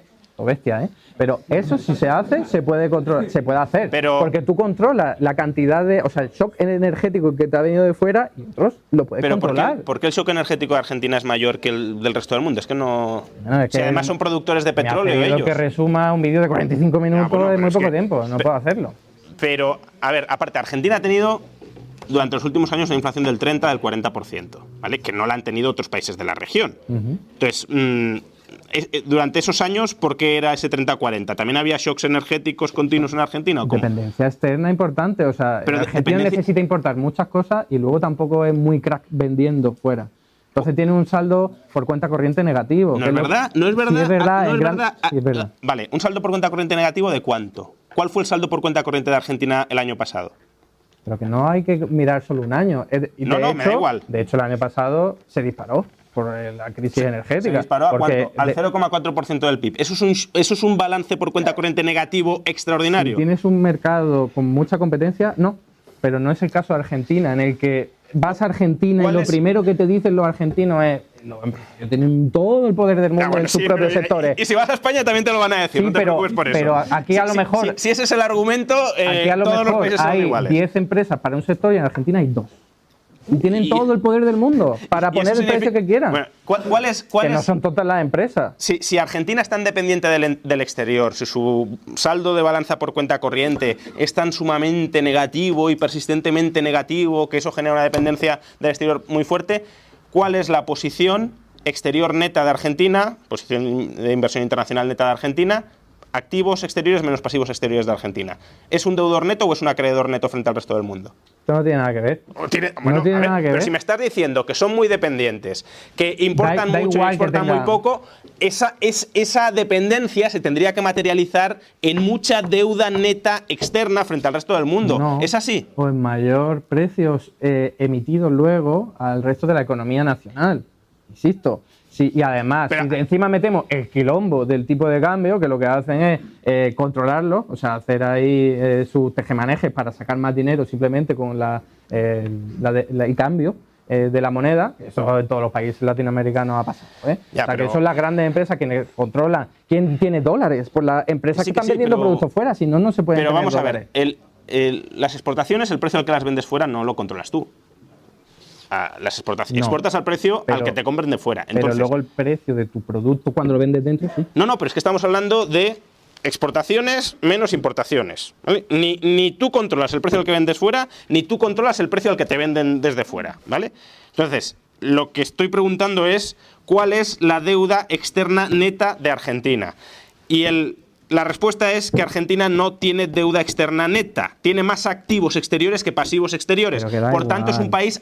Da igual. Bueno, si me dices que un país es tremendamente dependiente y tiene activos netos exteriores, pues no sé dónde ves tú esa dependencia. La economía no es tan simple para fijarse en un indicador y decir, es negativo. Vale, entonces no, hay que ir por sectores. ¿Cómo mides tú? Voy a intentar explicarlo. Si en el sector agroalimentario es muy potente Argentina, va a tener un buen saldo exportador, estamos de acuerdo. Pero si en sectores de tecnología alta tiene un déficit importante, ahí va a tener un déficit. Si luego haces el promedio o la resta, a lo mejor te da poquito, ¿vale? Pero ¿qué ha pasado en ese sector que depende de tecnología puntera, que tiene que importar y luego vende dentro al precio que le da la gana? Al precio que le da la gana, porque hay un 90% de control de muchos sectores de que solo una empresa controla el 90% de su mercado. ¿Qué ocurre? Puede poner los precios y ese precio se acaba contaminando al resto de la economía. Eso es lo que ocurre en Argentina, básicamente. ¿Y cómo se dispara el precio sostenidamente un 30% sin inyectar más moneda para dar más capacidad de gasto? Necesariamente tiene que haber demanda al otro lado, y menos mal que la hay. Yo soy partidario de que en momentos de hiperinflación el Estado gaste más, porque si no estás dejando a la gente fuera de a lo mejor una satisfacción básica. Pero entonces a lo mejor el orden de causalidad que estableces no es el correcto. No lo tiene por qué empeorar. A lo mejor has dicho antes que no era un problema de emisión, y a lo mejor sí es un problema de emisión, porque para que todas las empresas del país, o en general las empresas del país, sean capaces de subir todos los años los precios un 30, un 40%, o este año un 150%, hombre, poder de mercado a lo mejor necesitan, pero también necesitan de laxitud a la hora de incrementar el gasto nominal interno de la economía, porque si no, en lugar de subir precios, caen cantidades vendidas. Voy a utilizar una metáfora. A ver. Si hay un cauce de un río y hay una inundación, Rayo diría, hay que bajar el nivel del agua. Y yo diría, vamos a ver cuál es el problema de que haya habido una inundación. Si hay mucha construcción, si es que está mal el suelo, lo que sea, ¿vale? Pero Rayo diría, hay que quitar el agua, hay que achicarle, Sí, si tú bajas todo el agua, como sea, seguro que no hay inundación. Pero la causa no la vas a arreglar. No sé si se ha entendido o lo he empeorado todavía más. No, bueno. Pero ahí está la clave de la cuestión. Pero es que tú presupones que la causa es la concentración y el poder de mercado, pero no me demuestras en nada que eso sea así. O sea, mira el vídeo ese. No hay poder de mercado. Ahí lo explico. No hay poder de mercado en otros países, en otras industrias. Sí. Pero no tanto y no tan en oposición al Estado, que el Estado les dice, oye, que solo vas a tener estos dólares, y eso le jode mucho a las empresas con razón. Ahí dicen, pues como no nos dan los dólares, sí, vamos a hay subir oposición. los pesos. Las grandes empresas están en contra del kirchnerismo claramente. O sea que desde tu punto de vista, es un boicot del sector empresarial contra el gobierno existente. No tanto como en Venezuela, pero parte de eso hay. Con Alfonsín también era así, ¿no? Un radical al que las empresas le odiaban, ¿no? Cuando el Estado lo que hace es controlar la cantidad de dólares que se pueden quedar, sí, se oponen. Yo he estado en Argentina reuniéndome con un montón de microempresas y me dicen siempre lo mismo. Son las grandes empresas que se oponen al Estado y lo que están haciendo es joder la economía. Y a ellas les va muy bien. A las pequeñas y medianas empresas. Sí, no. quizá porque les va muy bien porque están aliados con el poder político que dicen que dices que se lo quieren cargar. Pero bueno, si tú miras los vídeos de campaña, sí, lo que verás es a los peronistas y a los antiperonistas diciendo cuídame el reparto internacional de divisas entre mis amigos, que son las grandes empresas. Pero bueno, en cualquier caso, sigo sin visualizar cómo todo eso te permite incrementar un 150% la inflación o un 300% o un 500%, cuando en otros países también tienes ese poder de mercado, tienes una muy superior dependencia exterior, que en el caso de Argentina. Hombre. No, por ejemplo, ¿qué país le debe mucho al FMI? Que es el único que le debe tanto. O sea, es el país que más le debe al FMI, Argentina. Eso supone un lastre de dólares que te lo seca, porque se lo tienes que pagar al Fondo Monetario Internacional, que hunde tu tipo de cambio. A ver, otra vez el tipo de cambio, te sale más caro importar. Las empresas dicen, pues yo no pierdo margen de beneficio, y el palo se lo lleva la economía interna. Eso supone primero una inyección de dólares, que si luego tú dilapidas, como ha hecho el gobierno argentino, obviamente luego te queda la deuda en dólares y no tienes los dólares que te han prestado. No es que tengas una deuda con el FMI en dólares y no hayas recibido nada. No, recibiste dólares, te los fundiste, ¿sí? ¿Y quién se los fundió? El gobierno, y se los fundió para financiar un gasto público excesivo en relación con sus ingresos. Y para pagar deuda, ¿no? Para pagar deuda en dólares, y ahora tiene que seguir pagando deuda. ¿Deuda en dólares emitida para qué? Para gastar más de lo que ingresaban. Si tú haces una quita total de deuda del FMI, ¿cómo cambiaría la cosa? Claro. Pues ¿cuál es el problema?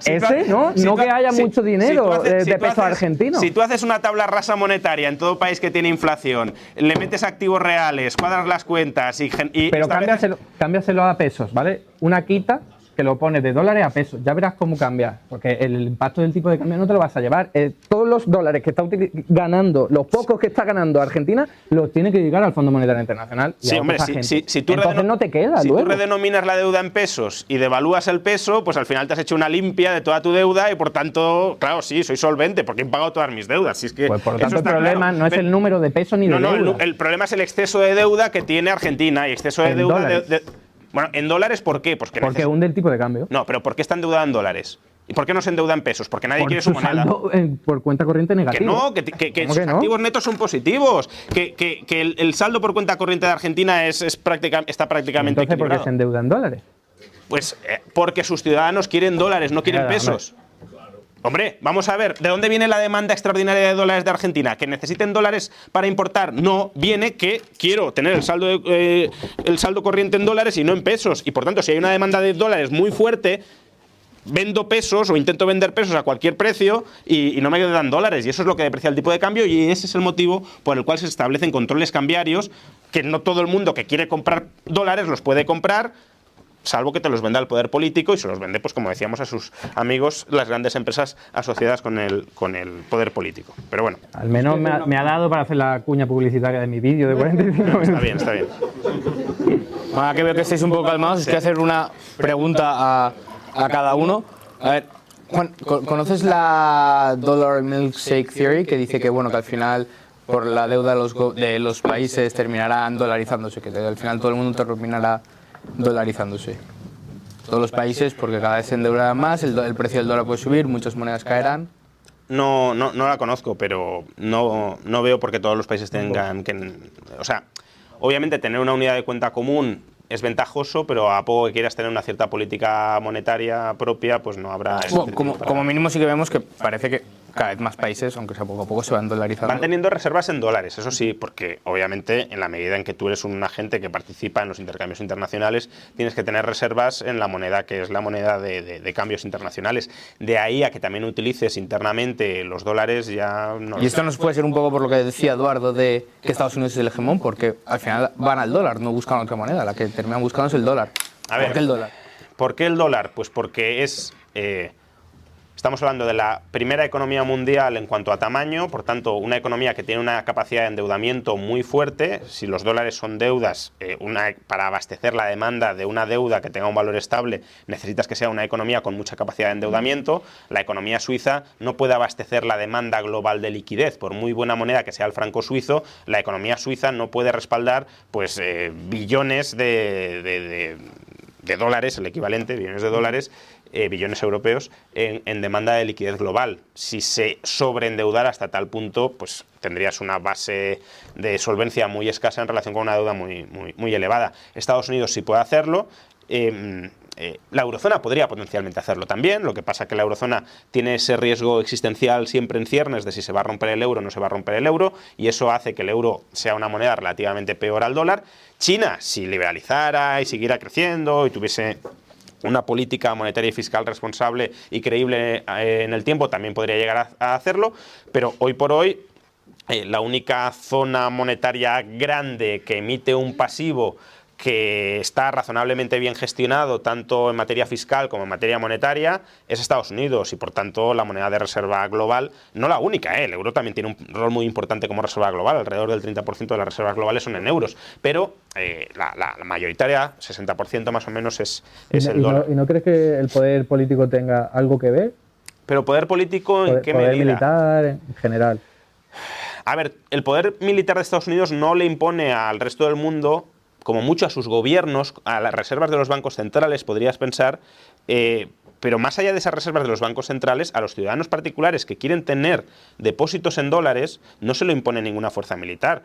La capacidad fiscal de Estados Unidos sí que tiene influencia. ¿Por qué? Porque la capacidad fiscal es una forma de regular la oferta de dinero. Y si hay un exceso de oferta de dinero, puedes ajustar esa oferta fiscal a la baja, pues por ejemplo con impuestos, y así estabilizas el valor de la moneda y la credibilidad de esa moneda internacionalmente aumenta, porque si yo sé que tengo instituciones detrás que están más o menos preocupadas porque el valor de esa moneda se estabilice en el tiempo, pues tendré un dinero que es mejor que no otro cuyas instituciones digan, bueno, a mí me da igual si esto sube o baja, y si esto se ha depreciado un 50%, pues se ha depreciado un 50%. No mantendré ese dinero en mi saldo de tesorería. Pero, por ejemplo, si un millonario ruso quiere sacar dólares de su banco central, ahora no puede, porque Estados Unidos, por su poder militar, se lo impide. Entonces también afecta al sector privado. Ya, pero eso para mal, no para bien. O sea, justamente ahí esa acción militar o ese uso militar de la moneda lo que hace es restarle credibilidad al dólar y al euro como monedas de reserva internacional, porque en la medida en que te las puede bloquear el Estado,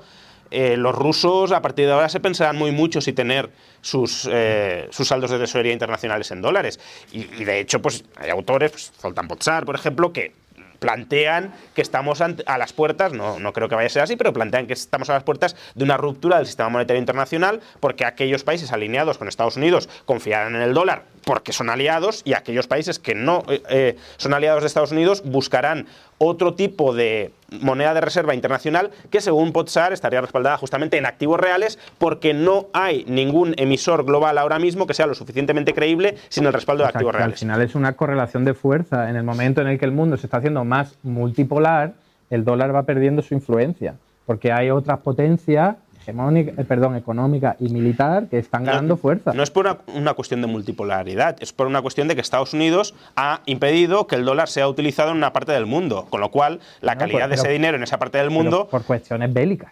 Bueno, ya, pero aunque fuera una nación minúscula y ridícula, si Estados Unidos lo hubiese bloqueado y hubiese congelado sus saldos en cuentas corrientes en dólares, pues los ciudadanos de esa nación minúscula, que no supone ninguna amenaza geopolítica, pero a la que quisiera castigar Estados Unidos, tampoco tendrían incentivos a utilizar dólares por el miedo a que se les congele en el futuro. No es que la gente esté empezando a dejar de utilizar el dólar porque emerja el yuan como alternativa en esa zona y diga, bueno, pues aquí es mejor utilizar el yuan a utilizar el dólar, o la influencia China es más poderosa. No, es Estados Unidos ha decidido utilizar el dólar, no lo estoy evaluando, es lo que ha sucedido, ha decidido utilizar el dólar como arma militar, y por tanto la calidad percibida en el dólar en esa zona del mundo donde se utiliza el dólar como arma militar ha caído. Y Eduardo, para ti también tengo otra pregunta, y es que, para empezar, primero necesito que me expliques todavía un poco mejor lo del oro en los estados. Todavía no me ha quedado muy claro. Es decir, cuando el oro funciona como dinero, ¿a qué le daba el valor si no era la deuda? Porque se podía ser, o era siempre deuda. Por ejemplo, en la época original en la que se empezó a utilizar la plata, podríamos situarlo en Mesopotamia hace 4.000 años prácticamente, era porque tenía un valor intrínseco. O sea, la plata se vinculaba con cuestiones culturales, religiosas, brillaba, luego llegó el oro y fue todo eso muchísimo más, ¿no? Entonces hay un valor intrínseco que cuando no hay un Estado que dice, oye, utiliza mi fuerza y casi te obligó a ello, que también ocurrió en esa época de forma complementaria, paralela, pues cuando no hay un Estado capaz, claro, en la época pues era el Estado que controlaba una ciudad y poquito más, ¿no? Entonces cuando no ejerce esa influencia, la gente dice, voy a utilizar el trueque. Yo lo llamaría trueque, que es utilizo esta cantidad de oro porque brilla, porque la gente me lo va a aceptar siempre y porque puedo realizar intercambios. Pero no sería desde mi punto de vista dinero. Vale, eso lo he entendido, sí, pero cuando sí que estaba el Estado, has dicho que en ese caso el oro era un pasivo del Estado, ¿no? Intuyo que daría igual entonces comerciar con oro o utilizar como dinero el oro que la moneda estatal, ¿no? Porque el Estado la vinculaba al oro, claro. O sea, si nos ponemos en el caso más loco o más fácil de ver del patrón oro-dólar, la gente utilizaba el dólar porque lo vinculaba al oro y viceversa. Pero al final lo que hay detrás es un Estado que está, por culpa de la incapacidad tecnológica de hacer ver a la gente que si no hay algo brillante detrás, eso que ha creado va a tener valor, por culpa de eso, que ahora ya no ocurre, decía, voy a vincularlo al oro. Pero la cantidad de dinero que creaban era mayor que la cantidad de oro que tenían. Una cosa sobre esto.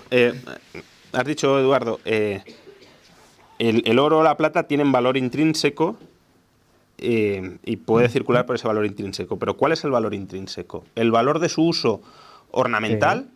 O también el valor de su uso monetario, porque si la plata y el oro se están utilizando como dinero, la plata y el oro son útiles como dinero y eso forma parte de su valor. Pero eso sería un círculo vicioso. No es un círculo virtuoso para ti, pero la idea es, se utiliza primero la plata porque tiene utilidad religiosa, cultural, etcétera, porque es bonita y tal, y luego como la gente ya la utiliza, entonces ya tiene su valor monetario. Pero la raíz de la utilización... Eso te lo puedo llegar a comprar.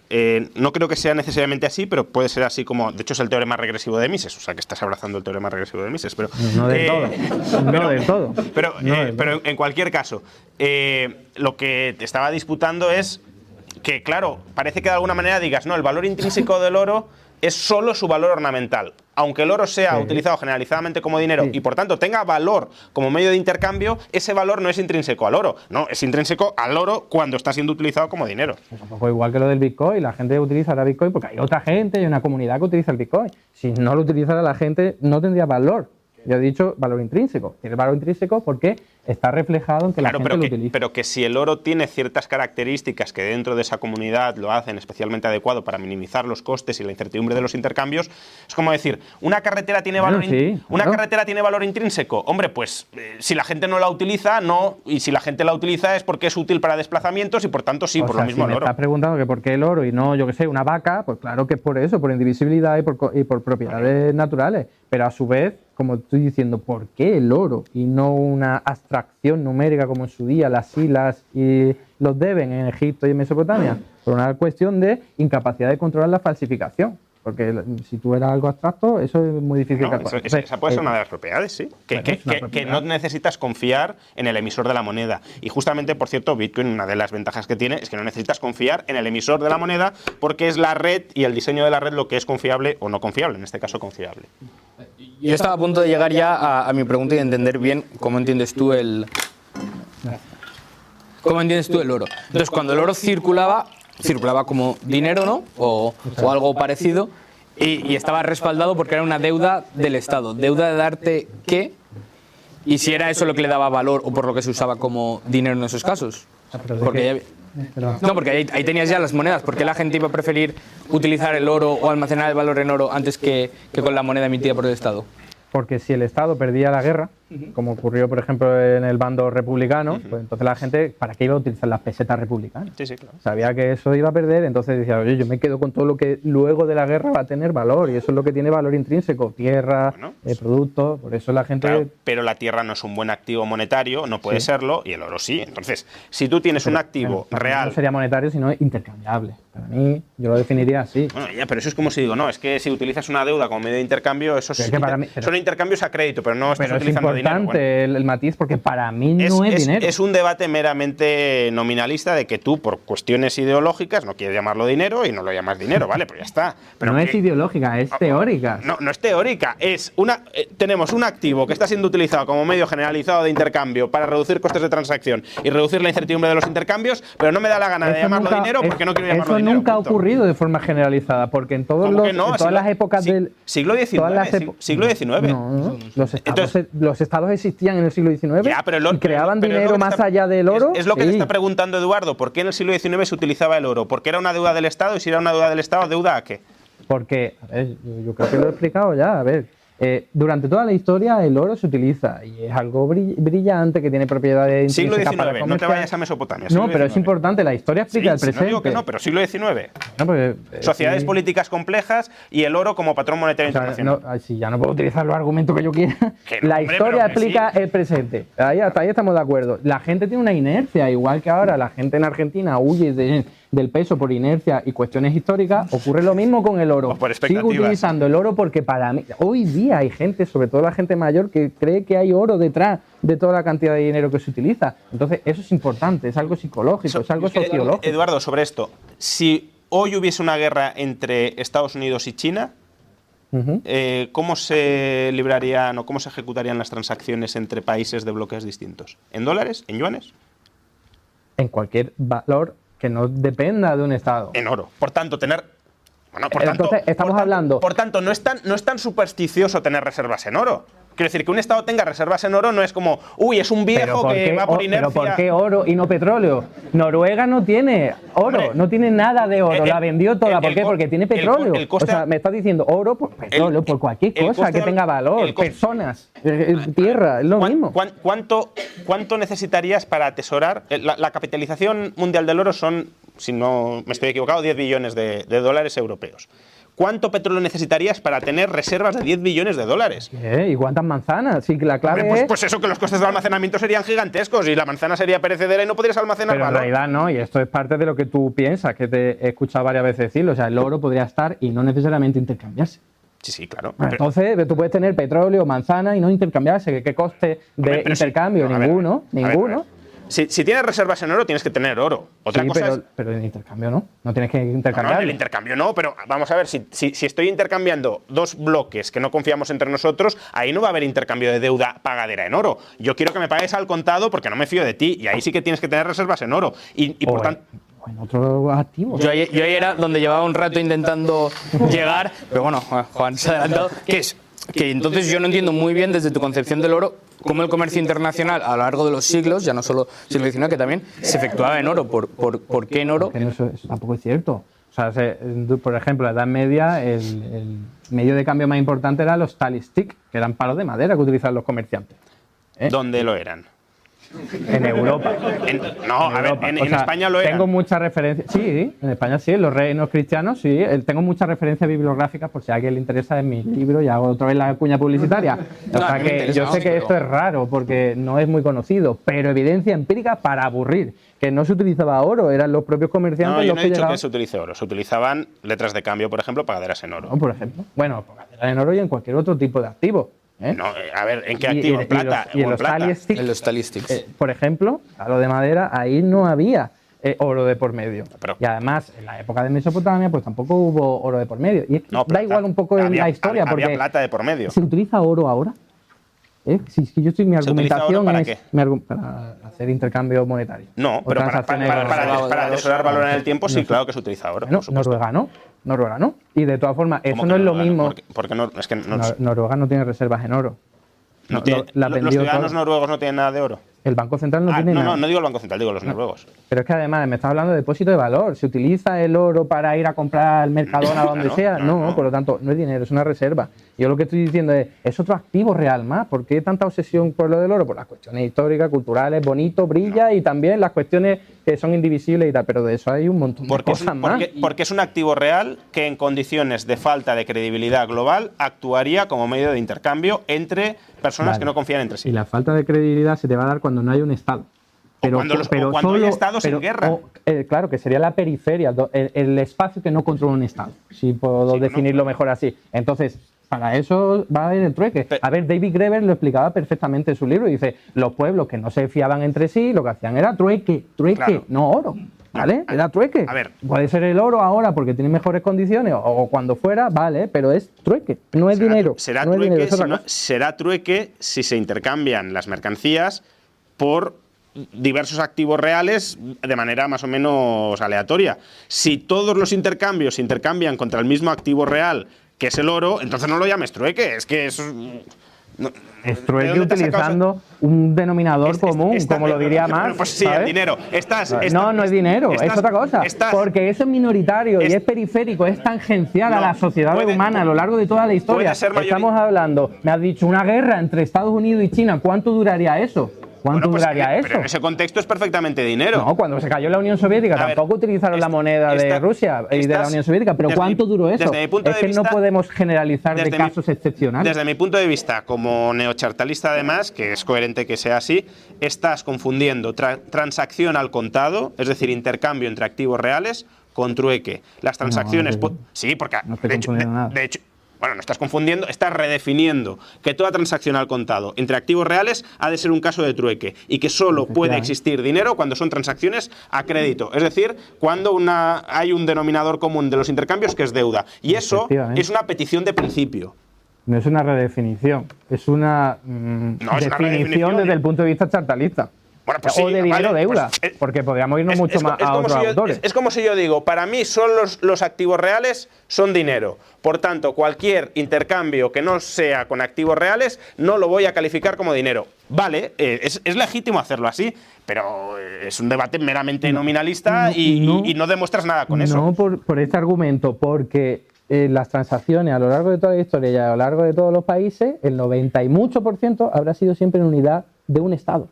Y solo una pequeña parte, ¿vale?, habrá sido en trueque, si lo quieres llamar, en dinero, oro, lo que sea.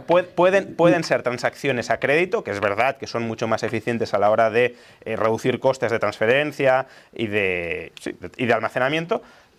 Pueden ser transacciones a crédito, pero denominadas en un activo real. Y en ese caso, el activo real en el que se denominan esas transacciones a crédito y en el que se liquidan esas transacciones a crédito cuando no hay un neteo perfecto, ese es el dinero. Pero cuando Estados Unidos compra productos a China, ¿hay algo real ahí que lo respalde? No, ahora no. Está acreditando las cuentas bancarias.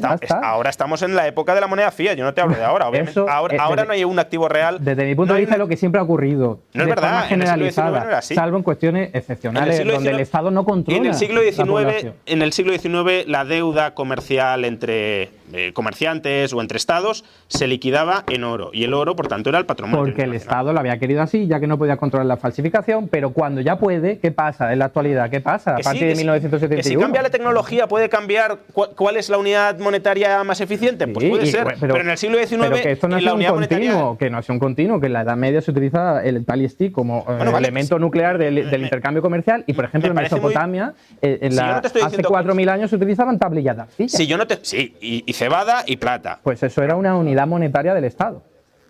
Y de los comerciantes, porque también se utilizaba la plata entre ciudades-estado. En esa época no había comerciantes libres, era todo que se le había dado un permiso por parte de los dueños de los templos y palacios. No en todo el comercio se realizaba en templos y palacios, ni mucho menos, pero bueno, también había comercio entre ciudades y también había comercio internacional, pero bueno, comercio internacional, por ejemplo, con Egipto, pero da igual. Bueno, sí, pues vale, trueque, vale. No con dinero estatal. Trueque con un activo real que se utiliza generalizadamente como unidad del trueque. Vale, claro, tú dices, ¿eso hubo? Yo te digo, sí, pero era minoritario porque tenían que tener permiso de las autoridades. Que yo no te estoy diciendo que un activo financiero no se pueda utilizar como dinero, si yo eso te lo compro. Pero en el siglo XIX, la base monetaria no era un activo financiero, era un activo real. Y última pregunta que te hago y luego empezamos con las preguntas del público. Yo, Juan, sé que eres cercano, si no seguidor o crees que es correcta, la teoría fiscal del nivel de precios, la cual dice que parte del valor del dinero procede por la capacidad recaudatoria del Estado. Que eso es otra forma de decir la violencia, como estaba diciendo Eduardo. Parte de la tesis la compro, si no digo que no. Ah, vale, entonces parte sí que dices que la violencia sí, o sea, la violencia da poder al Estado. Claro que la violencia da poder al Estado y puede convertir una deuda en un mejor dinero. Si tú puedes reabsorber el exceso de oferta monetaria que haya, es decir, el valor del dinero es equilibrio monetario, oferta de dinero y demanda de dinero. Si la oferta de dinero supera la demanda deseada de dinero, el dinero se depreciará hasta que se reabsorba con un mayor saldo de tesorería. Si tú el emisor de la moneda puede reabsorber el exceso de oferta monetaria, por ejemplo, con impuestos, pues obviamente vas a estabilizar su valor. Siempre que haya un exceso relativo de moneda, la reabsorbes y estabilizas el valor, y eso también le da credibilidad a esa moneda, le da confianza, porque los agentes ven y dicen, oye, que esto va a mantener su valor en el tiempo porque hay detrás una institución con capacidad fiscal que reabsorbe el exceso. ¿Que eso lo podrían hacer comerciantes? Sí, pero probablemente de manera más ineficiente. ¿Por qué? Porque el comerciante puede reabsorber el exceso de moneda como vendiendo mercancías en el mercado. ¿Puede obligar a los ciudadanos a que compren esas mercancías? No. Por tanto, no tendrá potencialmente tanta capacidad de estabilizar el valor de la moneda. Otra cosa es que quizá el Estado tenga incentivos perversos precisamente porque tiene ese poder, abusar del valor de la moneda, y eso también le resta interés. En cambio, el comerciante tampoco tiene ese poder de abusar y, por tanto, aunque no tenga tanta capacidad como para reabsorber el exceso de moneda, tampoco tiene tanta capacidad como para envilecer de manera generalizada y amplia el valor de esa moneda. Pero bueno, claro que el Estado como emisor de la moneda puede reabsorber el exceso, ya sea cobrando impuestos, ya sea vendiendo activos estatales, y de esa manera estabilizas el valor. Si yo eso, lo que le critico a Eduardo es que él, de alguna manera, o sea, lo que me gustaría preguntarte, te he preguntado muchas cosas, no estoy diciendo que no haya respondido. Pásale la pregunta a alguien del público. Pero es, ¿de qué depende, en tu teoría, la demanda de dinero? La demanda de dinero, lo que utiliza la gente. La cantidad de saldos de tesorería que quiere tener la gente. Un montón de factores, pero Sí, el básico es que el Estado esté imponiendo la utilización de su dinero, porque si el Estado no está, no va a utilizar su dinero. Entonces, Para pagar impuestos, dices. ¿O para qué? Pero no solo, porque por ejemplo en Estados Unidos utilizamos dólares no porque tengamos que pagar impuestos en Estados Unidos, pero porque sabemos que otra persona sí lo va a utilizar y porque detrás está el Estado. Al final el último ente es el Estado. Entonces, si la demanda de dinero, la cantidad de dinero que quieren tener los agentes económicos atesorado, depende desde tu punto de vista única o, bueno, principalmente, no única, principalmente, de las deudas fiscales que tienen que satisfacer en esa moneda frente al Estado, si el Estado imprime mucha más moneda, crea mucha más moneda que las deudas fiscales presentes y futuras que van a tener que hacerle frente a los ciudadanos, es decir, si hay un déficit fiscal estructural en esa economía, no tiene por qué pasar nada. Entonces, ¿por qué se demanda ese exceso monetario? Si me estás diciendo que se demanda para pagar impuestos y se imprime o se crea, por ejemplo, se crea más moneda que los impuestos que se van a pagar. El concepto teórico clave de Keynes, la incertidumbre. La gente no sabe qué le espera en el futuro. Vale, pero entonces hay otros factores más allá que hacer frente a tu deuda fiscal que determinan la demanda de dinero. Y si esos factores... ¿Pero por qué utilizas la unidad de cuenta del Estado y no otra cosa? O no, pero entonces, si esos otros factores cambian... Por ejemplo, si el valor de la moneda se vuelve inestable, no vas a demandar moneda para hacer frente a la incertidumbre con una unidad con un activo que tiene un valor inestable. Porque el Estado no ha logrado estabilizar su valor a través de las herramientas coercitivas que tiene. Entre control de tipo de cambio, entre expropiación, entre todo lo que se te ocurra. Es el Estado el que está fallando ahí. Vale, pero que entonces hay una demanda puramente monetaria por los activos dinerarios que no es la demanda fiscal. Que no es la demanda para hacer frente a las deudas fiscales. No solo, claro. Sí, ¿vale? Y por tanto hay que cuidar, un Estado tiene que cuidar también esa otra demanda, que desde mi punto de vista es la mayoritaria, es la principal, pero no se lo podríamos debatir, esa otra demanda que no está relacionada directamente con que se paguen impuestos con ella. Y por eso, instituciones independientes, Banco Central, que se preocupa por estabilizar el valor de la moneda, o el Tesoro, que se preocupe por no tener déficits públicos excesivos en el tiempo, que hagan previsible la monetización de esos déficits, es importante para cuidar esa parte de la demanda de dinero que no depende del pago de impuestos. De tu punto de vista sí, del mío no. Bueno, pero entonces tendrás una moneda de valor inestable. No, según tu punto de vista. Según lo que tú has definido la demanda de dinero. No. Bueno. Preguntas. Ahora mismo en la Unión Europea se está preparando un reglamento de desarrollo del MiCA donde se prevé la posibilidad de que las autoridades nacionales y europeas puedan intervenir e incluso prohibir la admisión a cotización de criptoactivos y en general prohibir cualquier tipo de actividad relacionada con criptoactivos que incurran en una serie de circunstancias. Entre esas circunstancias están la posibilidad de que produzca perturbaciones en el funcionamiento funcionamiento de las instituciones financieras y también la posibilidad de que minen la confianza de los inversores en el sistema financiero. Bien, entonces la pregunta que yo digo, esto en principio parece que está pensado para las stablecoin, pero bueno, como aquí de lo que hablamos es de Bitcoin, ¿consideráis que Bitcoin es susceptible de producir perturbaciones en el futuro, ¿no?, en las instituciones financieras, o que la Unión Europea, cuando empiece el colapso del sistema financiero, considere que el Bitcoin es el culpable y por lo tanto prohíba bien la admisión a cotización, otro tipo de actividades relacionadas con Bitcoin? Y en caso de que se produzca esa prohibición, ¿qué efectos consideráis? Yo estoy sufriendo por ello, muchas preguntas. Bueno, no, y en caso de que se produzca la prohibición, ¿qué efectos puede tener? No me he enterado de nada. No conozco el reglamento, por tanto es un poco especulativo lo que pueda decir. Pero que los estados puedan en algún momento querer prohibir Bitcoin, eso lo ha comentado antes Eduardo. Sí, puede pasar perfectamente, de hecho ya ha pasado en algunos estados. La cuestión es ¿por qué quieren prohibir Bitcoin? Si quieren prohibir Bitcoin porque la gente no se fía de sus pasivos y quieren recuperar la confianza de sus pasivos prohibiendo las alternativas, creo que eso sería síntoma de que quieren seguir abusando del poder con sus pasivos y por tanto que sigue habiendo razones muy poderosas para querer demandar bitcoins. Y en cambio, si en lugar de utilizar la represión utilizan la persuasión, es decir, cuidan el valor de las alternativas a Bitcoin, la gente no tendrá por qué pasarse masivamente a Bitcoin porque la moneda estatal funcionaba más o menos bien y por tanto no sea necesario prohibirlo. Y es un poco así como lo veo. Nada más para la siguiente pregunta. Si dura más de 20 segundos, fuera. Y una pregunta. Estoy aprendiendo. El caballero de azul. Yo tenía una pregunta para Eduardo específicamente, porque hablan mucho de siempre se puede aceptar una moneda siempre y cuando el Estado ponga la fuerza para que se acepte, pero me parece que hay una carencia en la teoría monetaria moderna respecto a la teoría del valor, porque también es importante, la aceptan, pero ¿a qué precio? No sé cuál es tu visión al respecto. Muy bien, justo a tiempo. Sí. Desde mi punto de vista, el valor del dinero va a depender de lo que pongan los empresarios que venden los productos con ese dinero. Es decir, por ejemplo, en Argentina, ¿por qué aumentan los precios de forma generalizada? ¿Qué es lo que acaba devaluando la moneda? Pues es, al fin y al cabo, empresarios que ponen precios más elevados de lo que había. Entonces, la cuestión a la que tenemos que atenernos es qué está pasando en el mercado para que haya empresarios que estén aumentando el precio de sus productos. Y por otro lado, se te puede evaluar también simplemente por el tipo de cambio. Y ahí estamos hablando de saldo por cuenta corriente negativo, en el cual necesitas más moneda extranjera, tú no tienes tanto y tu moneda acaba perdiendo valor.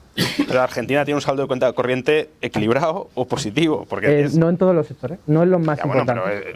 pero la entrada de divisa neta depende del saldo agregado. Creo que lo hemos hablado ya. Sí. ¿Más preguntas? Pues nada, al caballero de ahí. Hola, para Eduardo. Has dicho que un buen dinero es el que se impone por la fuerza. Y también has añadido que si el Estado no lo impusiese por la fuerza, no lo utilizaríamos. Entonces, la pregunta es, ¿qué motivo hay, o mejor dicho, qué tiene de bueno ese dinero que si no te lo imponen no lo utilizarías? Te preguntaría, ¿qué tiene de bueno la educación obligatoria si te la impone, ¿no? Pues tiene otros motivos que van mucho más allá de que sea obligatoria o no. En el caso del buen dinero es como una forma que se ha utilizado para este debate, pero yo no utilizaría esa expresión que no fuera, por ejemplo, los imperios esclavizadores utilizaban el dinero, que según esta acepción sería buen dinero. Desde mi punto de vista no. Lo importante es que el dinero que se va a utilizar es el que se impone por la fuerza, llamémoslo como queramos, y se pueden dar malos usos o buenos usos. Sí, pero Eduardo, de alguna manera la pregunta yo creo que sería, ¿para ti el buen dinero es aquel que tiene un valor estable o no necesariamente?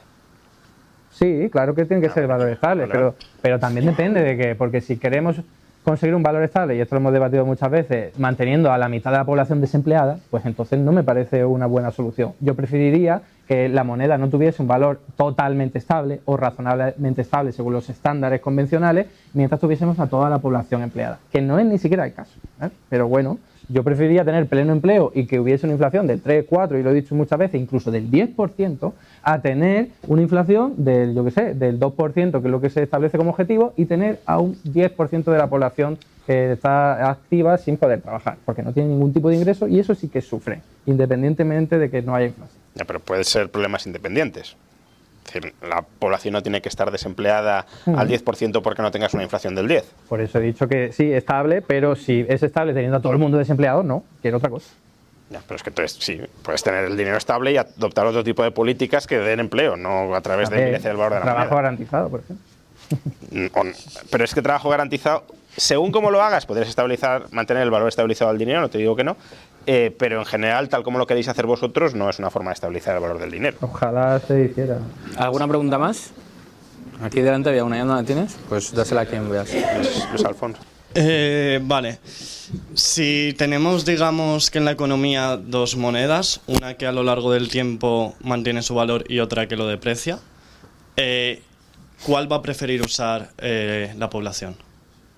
De forma general. El que se endeuda, la que se deprecia, pero claro, el que es acreedor no querrá la que se deprecia y por tanto, digamos, o sea, el acreedor prefiere la moneda que se aprecia, el deudor la que se deprecia y por tanto la moneda en la que no gana unilateralmente uno u otro es la que mantiene su valor estable. Pero como forma de pago como forma de pago preferirán como forma la que de se pago. deprecia. La cuestión es, a ver, la forma de pago tampoco es tan importante si tú puedes intercambiar inmediatamente esa moneda que recibes por aquella otra que quieres. La cuestión es la moneda en la que mantienes tu saldo de tesorería a lo largo del tiempo y también en la que negocias, eso sí, tu deuda. O sea, si la forma de pago te refieres a en la que denominamos el contrato de deuda, sí, la que mantenga su valor estable en el tiempo. Si te refieres a la moneda en la que cobro a spot, lo que estoy vendiendo ahora, ahí da un poco igual, siempre que no haya restricciones o no sea muy caro convertir una en otra. Yo añadiría también depende de la estructura productiva y exportadora del país, porque no es lo mismo ser Argentina que Suiza, que un saldo por cuenta corriente muy elevado y la depreciación es que casi que la desea. Entonces, ahí no habría tanto problema. ¿Quién la desea, Suiza o Argentina? Suiza. La depreciación de su moneda. De hecho, la depreciaron en 2016 de golpe a porrazo porque le venía bien. Evitaron la apreciación fortísima por el incremento. Si se aprecia mucho la moneda es un problema también. Sí, claro, por eso he dicho el valor estable, pero no es que quieras cargarte la estabilidad depreciando, sino que quieres que no haya inestabilidad porque se aprecia. Pero en ese caso podría convenirte tener una que se está depreciando. No sé si a Argentina le ha convenido mucho. A Suiza, en el caso de Suiza. Señor Garzón, la moneda de Bristol de la que hablaba, según leo aquí en un periódico de internet, que es bbc.com, pero que escribe en español, funciona de la siguiente manera. Se imprimirán billetes de 1, 5, 10 y 20 libras. Y una libra de Bristol tendrá, porque se llama libra, una libra de Bristol tendrá exactamente el valor de una libra esterlina. La gente abrirá una cuenta con la Unión de Crédito de Bristol, que administrará el esquema, y por cada libra esterlina que depositen se le acreditará una libra de Bristol, que además tendrá el mismo respaldo que tenga la libra normal por la Autoridad Financiera Británica, es decir, el Banco de Inglaterra. La libra de Bristol no es más que un certificado de una libra, y nada más. Un esquema que es algo así como si a los euros o a los billetes de euro que van a circular en España se les pusiera la cara de Isabel la Católica o de Santiago Carrillo, porque así, pues, digamos que los recibiremos con más calor y más cariño. No es nada más que eso, no es más que un certificado y nada más. Simplemente para fomentar el comercio local. Pero por eso el ayuntamiento de Bristol, aunque no lo dice aquí, estoy seguro que admite también las libras normales y corrientes y que además no es más que un certificado de una libra y ya está. A lo mejor no me has entendido cuando lo explicaba. Decía que la moneda social que comenzó siendo originada por una iniciativa privada sobrevivió porque el ayuntamiento le dio respaldo. Simplemente eso. Pero que lo que te está diciendo es que quien le da respaldo, como acabo de leer, es el Banco de Inglaterra. El Estado detrás, el Reino Unido. Y el Banco de Bristol. No el emisor de la moneda de Bristol. Por cierto, que el Real de 8, cuando más circulación tuvo, fue cuando menos poder tenía ya la monarquía española, que fue en el siglo XVIII. Son muy cuestionables. ¿Alguna pregunta más? Yo le quería preguntar a Eduardo qué opinión tiene de las CBDCs, las ventajas y las desventajas que ve para su implantación. Como por ejemplo el euro digital. Sí. Pues desde mi punto de vista depende cómo lo hagan, porque todavía no hay mucho detalle, pero desde mi punto de vista sería una buena fórmula. Yo sé que vosotros no pensáis eso, pero sería simplemente como el Estado ha cedido una parte de la regulación del dinero a los bancos comerciales y ahora estamos los ciudadanos obligados a tener una cuenta bancaria con un banco comercial que normalmente es privado y que nos puede poner la comisión que quiera y las condiciones que quiera, que nos las comemos con patatas. Entonces, si podemos tener una alternativa pública, que es desde el Banco Central, que te lo voy a gestionar y no necesariamente son euros y monedas, o sea, monedas y billetes, sino que es también un apunte contable directamente en tu banco central, genial, porque estoy teniendo una alternativa para que el banco comercial no me atraque. Depende luego cómo se haga. Yo sé que luego hay preocupaciones de la programabilidad, por ejemplo. ¿Qué opinas de la programabilidad del dinero? Que tú puedas tener caducidad con tu dinero. ¿Lo ves eso bueno? No lo veo necesario para nada. No, pero eso habrá que verlo. Sabemos qué van a hacer. Entonces están implementando en la CBDC y te puedes leer el proyecto de CBDC para Europa, que lo pone clarísimo. Te puedes también leer los debates o escuchar los debates que ha habido respecto a esto. Y hay mucha gente que está diseñando la CBDC que está a favor de lo mismo. Entonces, esto no es ninguna entelequia, esto es una realidad. Ya veremos. No. Ya veremos. Vale, veremos. La pregunta es muy concreta. Ya veremos. Sí. Si el dinero bueno, en teoría, es el que está el Estado detrás, digamos, a través de la coerción, haciendo que se use, y ya hemos visto en qué se basa el dinero fiat, el dinero basado en deuda y todo esto y a dónde nos ha llevado, más la maravillosa gestión de estos individuos que se dedican a la política. Los demás, o sea, la ciudadanía civil global, ¿qué tenemos que hacer? ¿Quedarnos callados? ¿No hacer nada?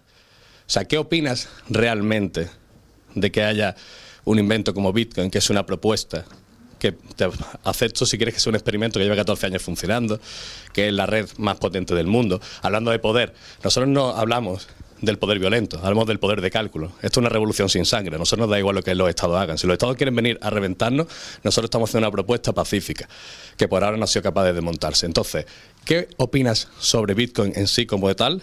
Y, ante tu opinión, ¿qué deberíamos hacer los ciudadanos ante la psicopatía que se gastan nuestros gobernantes y cómo deprecia nuestro tiempo, ya que para mí el dinero no es más que la tokenización del tiempo? Lo que llevo haciendo desde los 18 años, militar en una organización política para cambiar las cosas en favor de la gente y de la ciudadanía.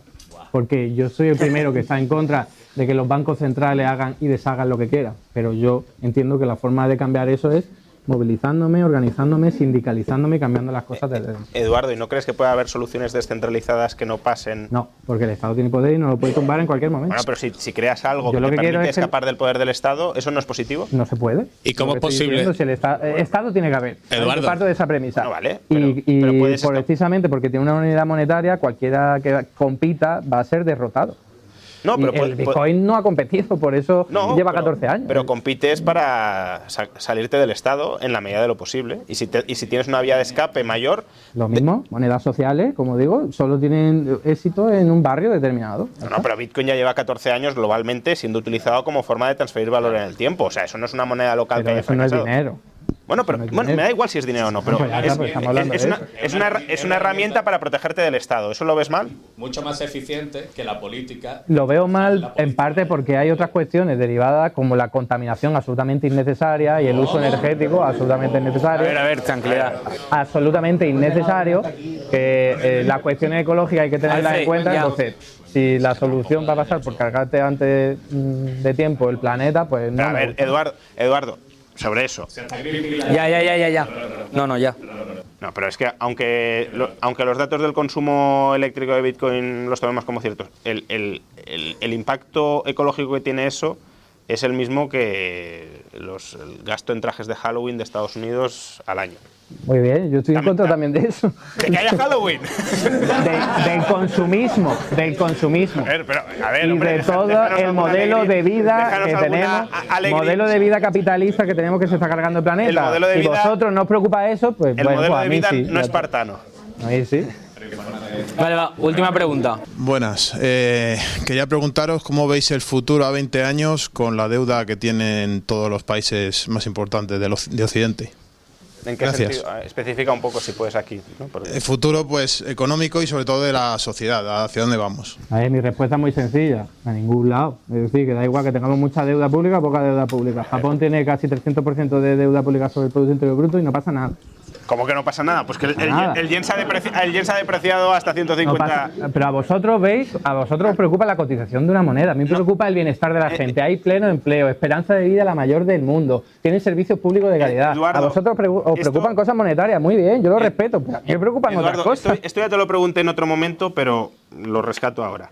Según la teoría monetaria a la que tú te ascribes, la teoría monetaria moderna, la exportación es un coste o es una pérdida y la importación es una ganancia, ¿correcto?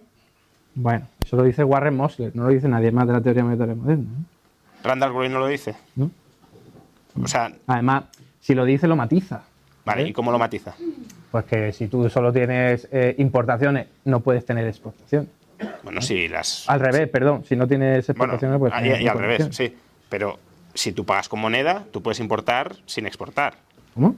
Si tú pagas con moneda las importaciones y los extranjeros te aceptan la moneda como pago, la que tú has impreso, Estados Unidos, vamos, tú puedes importar sin exportar. Y eso es una ganancia neta para el país, Claro, ¿no? sí. Vale. Entonces, si una moneda se deprecia, como ha sucedido con el yen, ¿qué va a hacer esa sociedad? Va a exportar más e importar menos, ¿o no? Sí.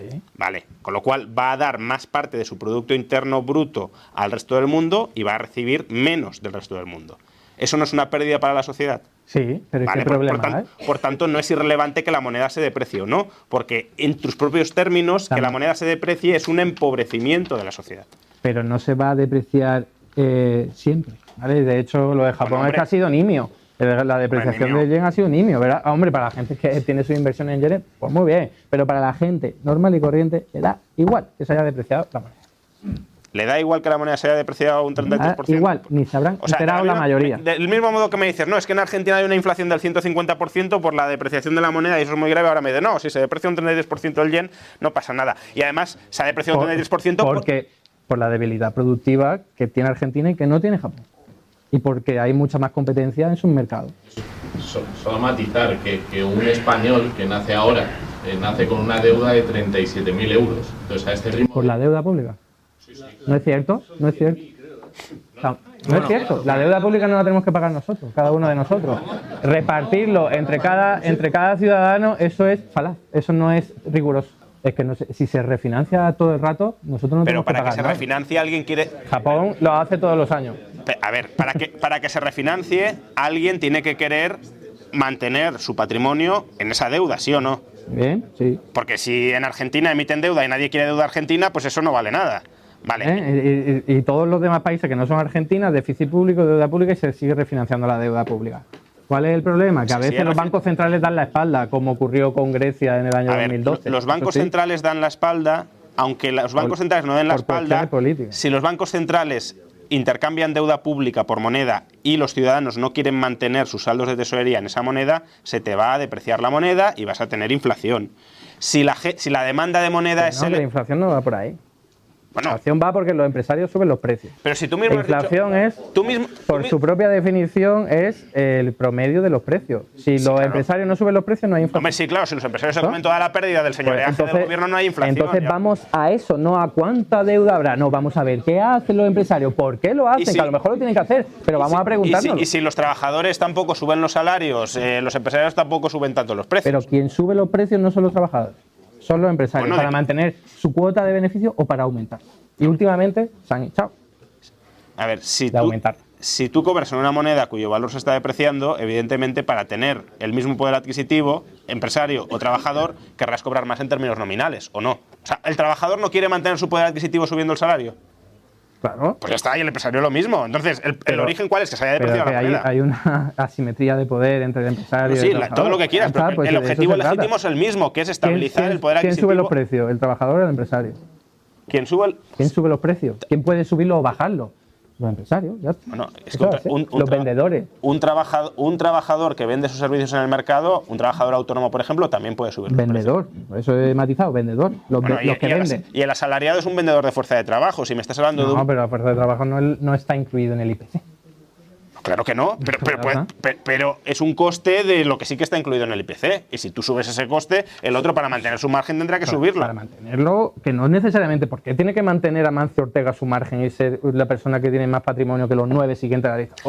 Pues eso es lo que yo quiero ir, a la simetría y a la desigualdad de renta y de riqueza. ¿Quieres utilizar la inflación? Vosotros queréis mantener el statu quo en el que hay una injusticia tremenda. Yo lo quiero cambiar. A ver, Eduardo, incluso así, si tú quieres expropiarle la riqueza al rico, utiliza la política fiscal, no la política monetaria, porque con la política monetaria... Las dos. No, porque con la política monetaria no le estás únicamente... Y la regulatoria también, todo lo que sea necesario. No le estás expropiando únicamente... O sea, estás... Te estás cargando el dinero, generando inestabilidad en el valor del dinero, que tú mismo has dicho que el buen dinero, con otras consideraciones, es aquel que tiene el valor estable. Estás cargándote el buen dinero para alcanzar un objetivo que podrías alcanzar sin cargarte el buen dinero. Es que para mí el objetivo no es tener un buen dinero, es que la gente viva bien. Vale, ya lo he dicho. Bueno, con esto terminamos el debate. Ya lo he dicho. Infórmate. Ya está. Pues nada, con esto terminamos el debate. Muchas gracias a los dos.